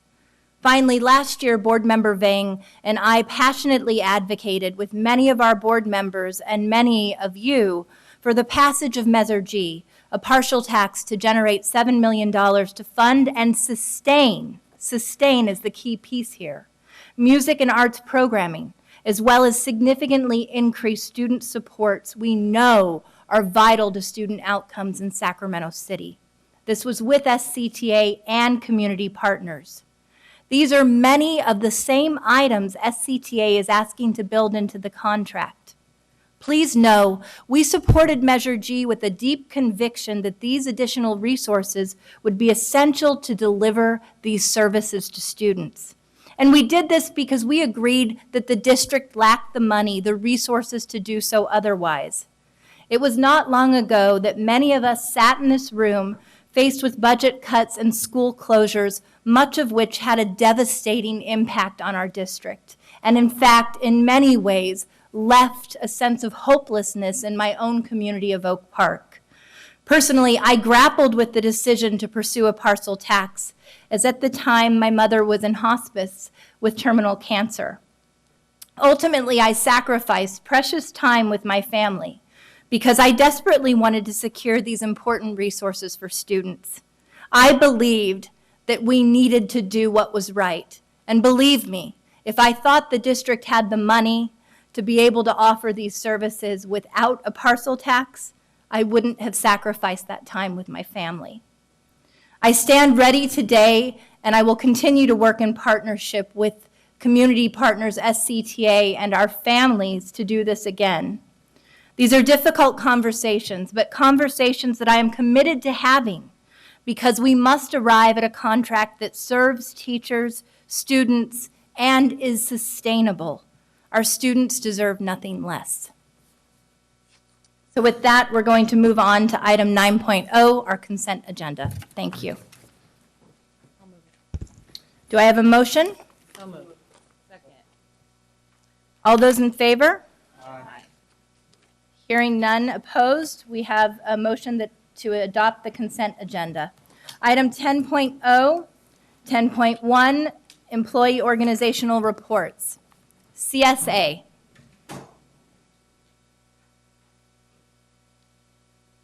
SCTA. SCIU. Hi, Ian. Is there something I don't know? Okay, well, good evening again. Vice President Ryan, Superintendent Aguilar, board members. Ian Arnold representing SEIU classified employees. I guess our report's pretty simple and straightforward. We continue to meet on a regular basis with the HR folks on a number of issues. We disagree on many things, but I think for the most part our disagreements are pretty honest. When we find a place to work things out, I think we've been able to do so. We're also been meeting with the superintendent, and we have found those meetings to be helpful. There are probably going to be a couple of items that we can't figure out with HR that we bring to the superintendent, but I think for the most part we're doing quite well. Now, the big thing, obviously, is our contract negotiations. You know, I mean, hundreds of our members were laid off a few years ago. Wages were frozen for several years, and then we had furlough days. People lost their homes, people's marriages broke up. They're still not made whole from that. That said, as we've been going through this year's contract negotiations, our biggest struggles have not been around economic issues. We think we're actually pretty close. And we have been able to work out, for the most part, the toughest issues. And I think there are folks on both sides of the table who feel like we gave up too much. And again, I think sometimes the district folks feels like they gave up too much. And sometimes our folks feel like we gave up too much. We're working, again, together to try to reach an agreement as quickly as possible. Frankly, we had hoped to meet today, but we actually reached out to the HR staff, given all the other things that are going on, and suggested that you might not want to meet. But again, I think we're pretty happy with the way things are going, and as they continue to go well, we will report that back, just as we will be the first ones to come up here and tell you when we think things are going badly. Thanks. Thank you very much, Ian. We appreciate your partnership. Do we have UPE here or the Teamsters? We do not. So moving on to district parent advisory committees, do we have this community advisory committee? I know many of us just attended your meeting. Yes, I'm Angie Sutherland, and I'm a member of the Community Advisory Committee. And just wanted to highlight some of our recent events that we've had and what we have upcoming. So during the month of October, we were really busy. We were really honored to join the Down Syndrome Info Alliance at their annual Step Up for Down Syndrome walk at William Lamb Park. And there were families from our district as well as all over California that came to this walk. And we were able to connect with parents and provide resources. Two of our children also walked around and had people sign the disability history pledge that the district posted in October. So I wanted to also say thank you to the district for continuing the talk around disability history and putting that pledge out there for our community. In September, we had a workshop called Creating an Inclusive School Climate for Students with Disabilities, and we had lots of concerned parents show up and a great panel of staff who work across the district in social and emotional learning and mental health and with the LCAP, and it was just a great workshop. It was great attendance, and we had the dyslexia simulation workshop and review of state guidelines. And thank you. I think there was one board member. Was that you? No? Okay. I thought there was a board member that attended.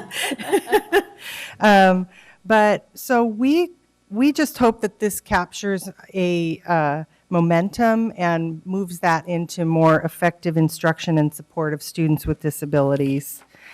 Also in October, we had our strategic special education roundtable discussion, and we did have several board members show up and district staff. So thank you to members Wu, Ryan, and Vang, and also Dr. Taylor, Becky Bryant, and the special education team, as well as Lisa Hayes.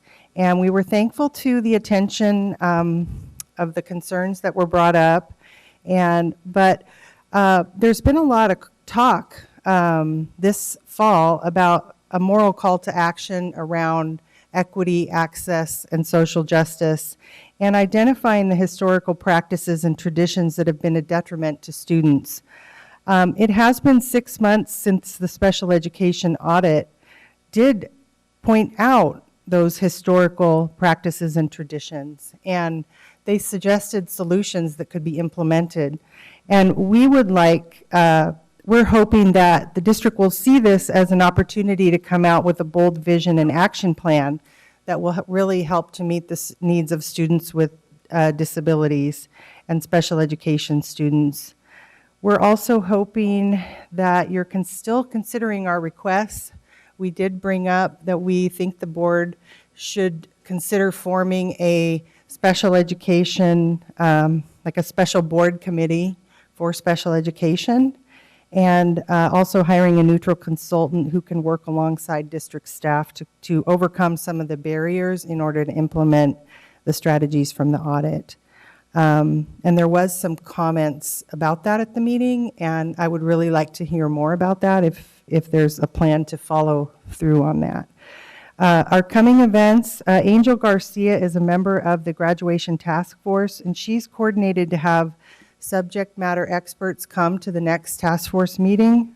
I think it's the next task force meeting on November 6th to present on best practices. And November 28th, we're having a general meeting, and the topic will be mental health awareness. January 23rd, we're having a general meeting, and we'll be focusing on independent living. And then February 20th, our workshop will be around comprehensive transition planning for students with disabilities. I did give everyone a copy of our Spanish brochure, so please share that with families, and it's also available with our other brochure on our website and Facebook. And lastly, the CAC remains eager to know the status of the appendix in the teacher's contract entitled Appendix D, Special Education Student Inclusion.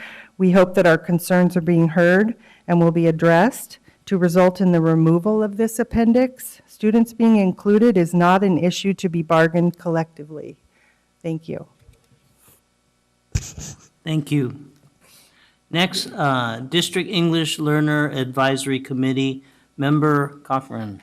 Yes, I'm just here to report that the DLAC had its first meeting on October 26th, and during that time, they have elected new officers. The DLAC chair is now Maria Flores. DLAC vice chair is Teresa Hernandez, and the secretary is Vitalina Tufi. The next meeting will be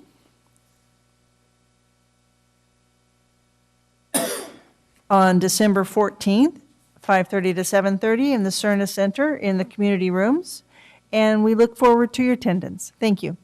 Thank you, Member Cochran. Local Control Accountability Plan Parent Advisory Committee.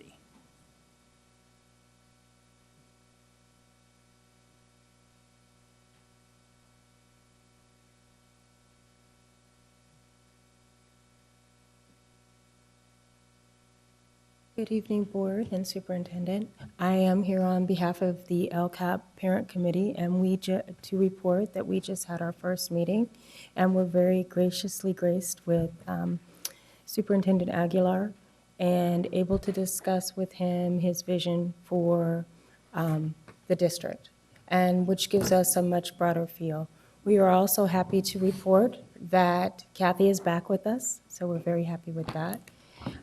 As we move forward, we're looking forward to being able to meet as committee members and being restructured in a way that we can really become more cohesive and more useful in the LCAP and giving advisory into the LCAP.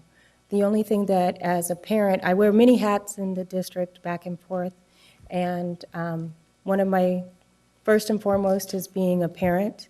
And so one of the things that I strongly, strongly urge is that you continue to allow us and to tap into us as advisory parents and committee and community members. There is a whole host of individuals at that table that have knowledge of the community, of this district, of Sacramento, that could be very useful in moving forward, as Superintendent Aguilar shared with us, so that we can further put comments into the LCAP that can further help you develop the LCAP and where to use those pots of money towards students that are underrepresented and show those different points. So we look forward to our next meeting coming up next month, and we'll give a further report. Thank you so much, Tony. This time, item 10.3, the superintendent's report.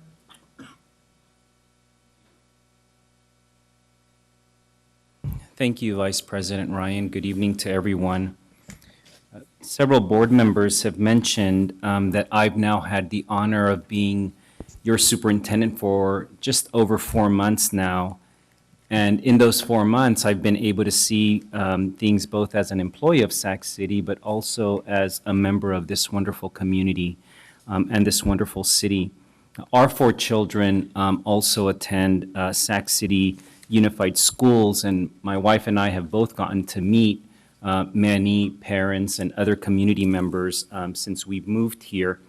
And since then, I've seen firsthand some of the needs that all of our students have as a new community member coming into the city of Sacramento. And I've also had the opportunity to visit many of our schools. And while there's plenty to be proud of at every one of those schools, I'm not satisfied leading a system that allows children to be without programs that enrich and enhance their educational experience and that are critical to their overall academic success. That's why yesterday I announced outside the budget process outside the budget process timeline, a proposal to the board's budget committee to invest one-time funds to expand arts, sports, summer, health, and social emotional programs for our students. These one-time funds would allow us to invest in the arts for all students in grades K through 6. I also propose to launch a boys and girls elementary sports program in grades 3 through 6. This investment would fulfill our commitment to invest in our students in both equity and to advance equality for all as well. I also propose to the Budget Committee to invest in implementing an academic summer school program to support students who need additional preparation as they transition from 2nd to 3rd grade, from 6th to 7th grade, and from 8th to 9th grade, as well as serving our 9th through 12th grade students who are deficient for graduation and A to G purposes. Now, unlike traditional summer school programs, we would automatically enroll students in our summer school effort, and we would give our parents and guardians the opportunity to opt out of the opportunity. Otherwise, we do expect to see our students spend their summer with us, advancing and improving their academic skills in Sac City. Finally, I propose to the Budget Committee to utilize these one-time funds to expand social, emotional, and health supports for middle and high school students to address their health and social emotional needs during critical formative years of their adolescence. In total, I propose to the Board's Budget Committee to invest a modest $4.6 million in supplemental supports our students need to be successful. Unfortunately, our current financial condition does not afford us the ability to serve all grade levels in our summer school program. Again, this is for 2nd through 3rd grade, 6th to 7th, 8th to 9th. So these are critical transition years, as well as 9th through 12th for those students that are deficient for graduation and A to G purposes. Nor can we afford to offer a comprehensive music program as part of this proposal. This just includes arts instruction. The elementary sports program that I proposed to the Budget Committee would only include 2 sports, soccer and basketball, because we can't afford more than that. I wish we could, of course, offer more sports, more arts, more summer programs, and other services. But no matter how much I have tried over the past 4 months dissecting our current budget, I did not feel, and nor do I feel, given my fiduciary duty as an employee of this Board of Education, to propose any amount over that modest $4.6 million. Why is this? Well, simply said, from what I have been able to dissect in this budget, I know that 30 years ago a promise was made to our teacher retirees that we would provide lifetime medical benefits after the kind of service that we have heard many of our teachers provide to our students.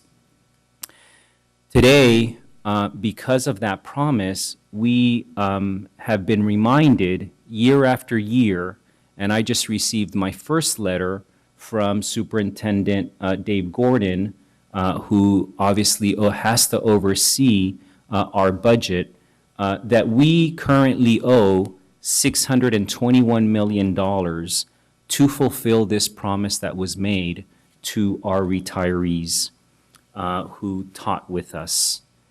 And just like a credit card or a mortgage, we have to pay that bill before our debt continues to grow, which would further place our entire district at risk of default or state takeover. Based on that $621 million debt, Sac City should be making annual payments in the amount of $54 million per year over the next 30 years.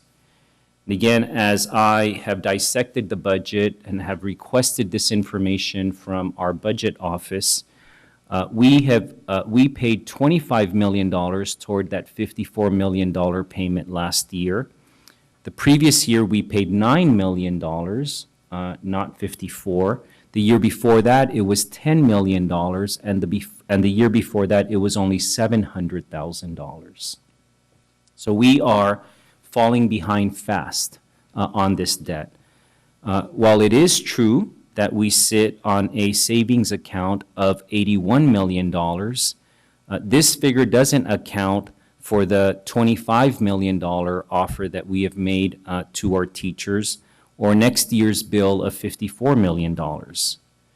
I said and have said that I am committed to serve Sac City as your superintendent, and as part of that commitment, I want to make sure that we keep our promises to our retirees. And so I plan to confront this issue by keeping that promise, but also by being transparent to you about what we can afford for our students and our employees. This is the fundamental underlying reason why I'm only recommending a modest investment of $4.6 million for our students. I have to say that it pains me greatly that I could only propose this modest amount, but that at the same time, I'm deeply, deeply proud that this proposal will help us start to address what I consider the types of educational inequities and social injustices that our elementary students can't play organized sports, that we don't expose our students to the arts, that we understand after years and years of research the effect of summer and the summer loss that students in communities like Sacramento suffer during the summer, that we have not offered a comprehensive or even modest summer school program for students that are struggling during critical milestone transition points in their careers with us. Our students deserve every single item that I've proposed to the Budget Committee and 10 times more than that proposal. And so we will continue to remain vigilant about addressing every need as I continue to become more familiarized about the needs that we can see that our students have as I continue to participate, again, as both a community member and as your superintendent. Certainly some level of apologies for making this recommendation to the Budget Committee outside of the budget proposal timeline, but I just felt compelled that we begin to address some of these educational inequities and, again, what I consider to be social injustices. So I hope that the board's Budget Committee will consider this proposal and eventually bring it back to the full board for their consideration in the near future. Thank you. Thank you, Superintendent Aguilar. Do we have public comment on this item? We do. One, Grace Trujillo. Thank you.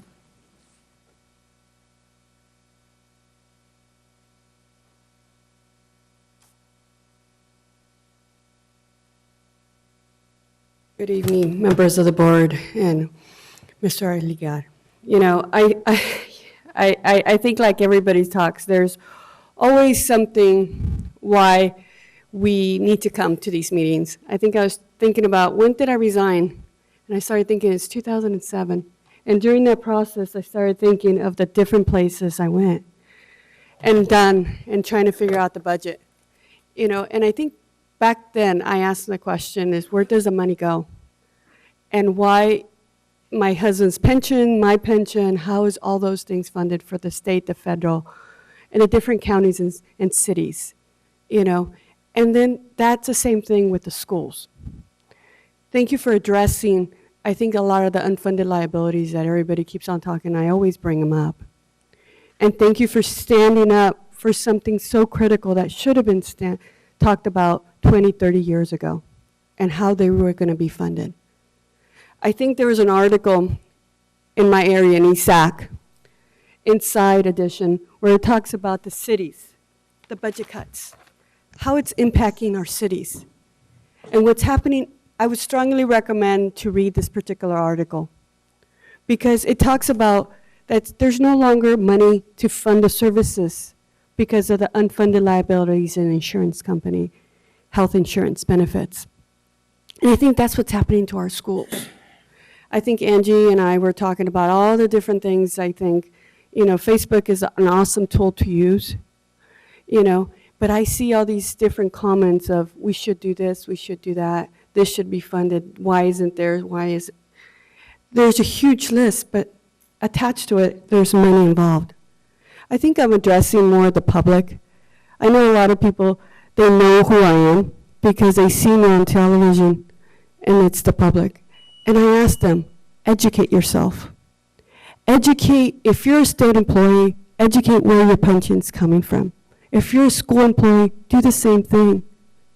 Don't rely on somebody else. I wish I would have known what I know now 20, 30 years ago when I first started working for the state. Because at that point, I would have told people, I'm not going to have that pension that's guaranteed to me because there's no money. Just think about it this way. The school district is $54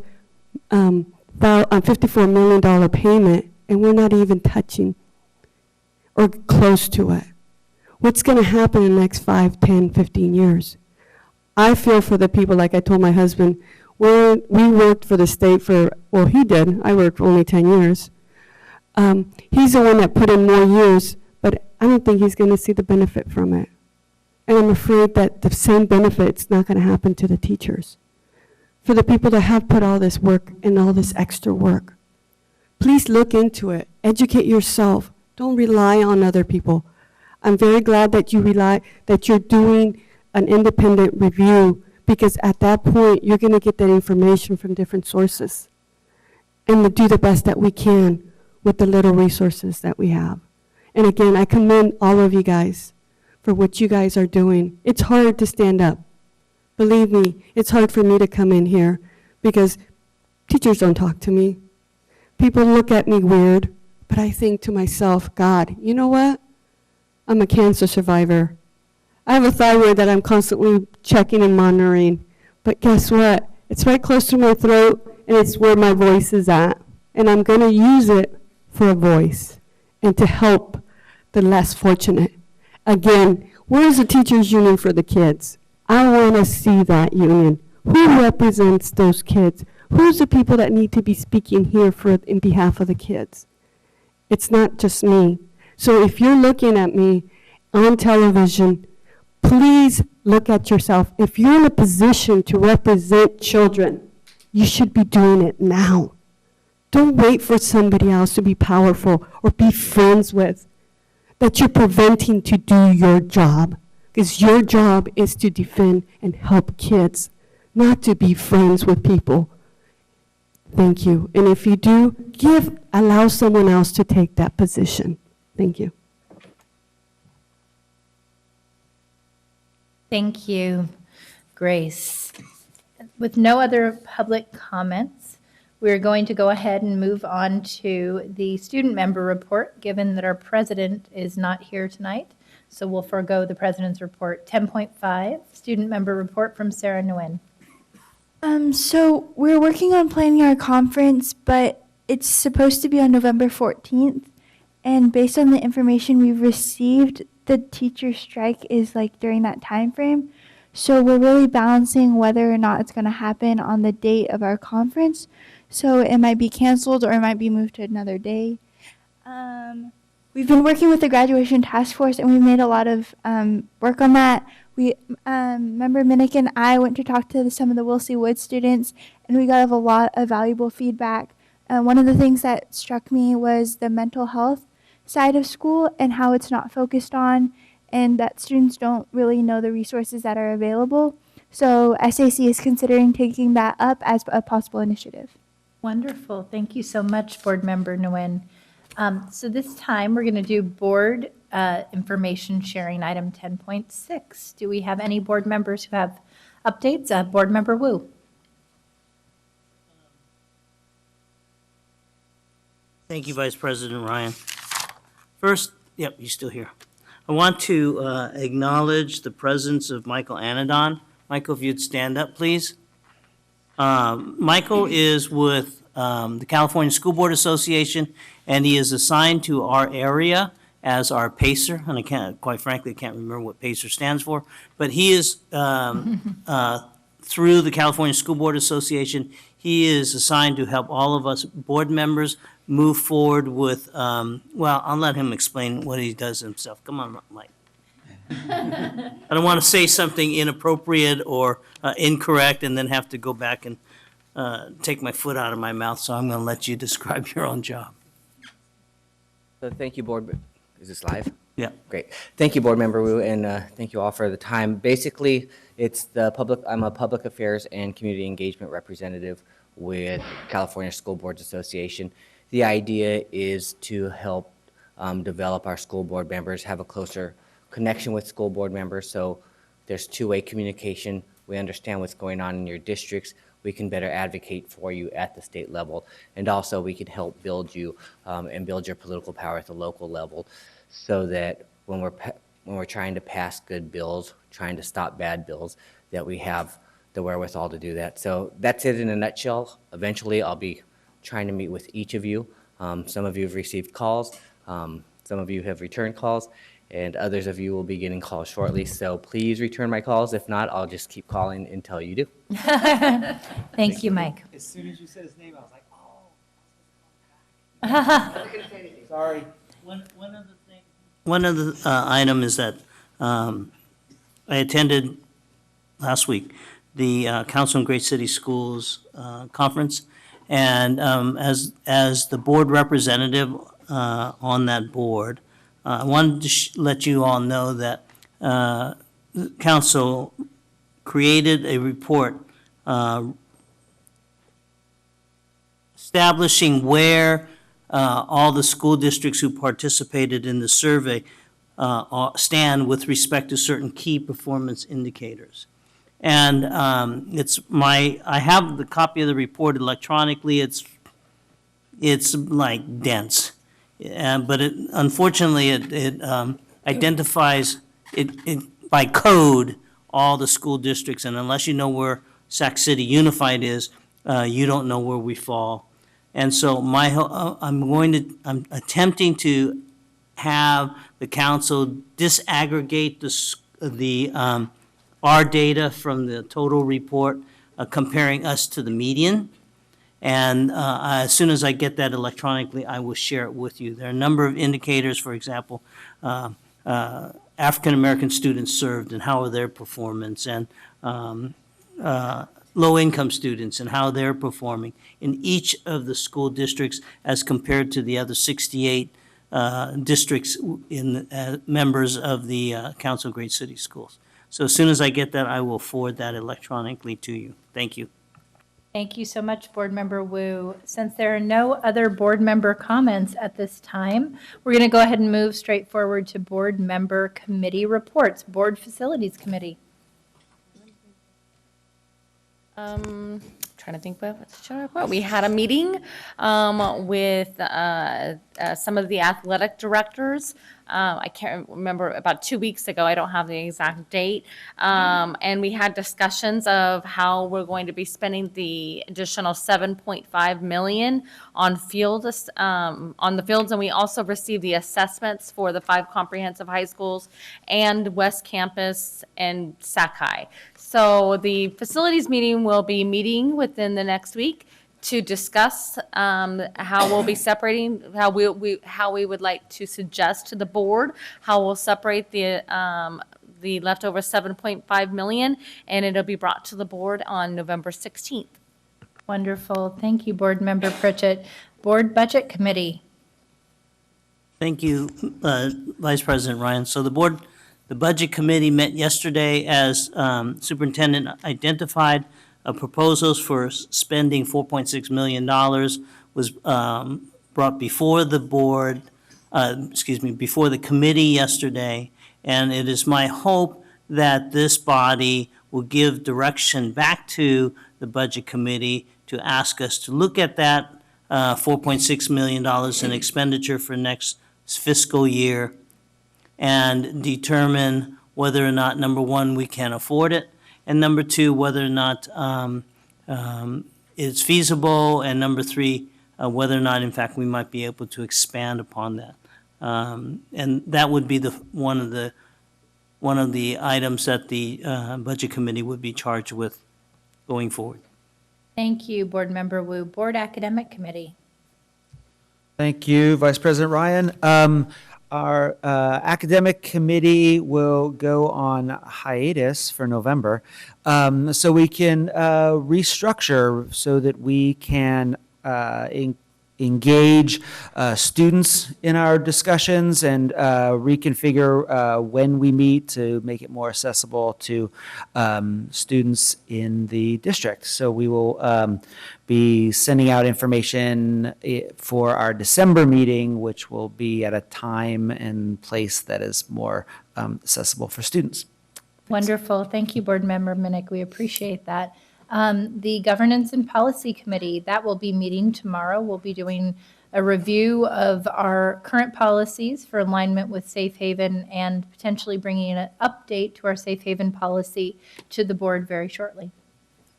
So with that, we'll move on to item 11.0, Business and Financial Committee Financial Information Reports. 11.1, receive information on enrollments attendance report for the month ending in September 2017. And with that, our future board meeting dates and location, our next board meeting will be held on November 16th, 2017 at 4:30 p.m., closed session 6 p.m., open session at the Cerna Center. Do I have a motion for adjournment? I'm so moved. Second. All those in favor, say aye. Aye. This meeting is adjourned. I'm sorry, it is 9:42. I was just going to say, I ran the hell out of it. Okay. We were all like...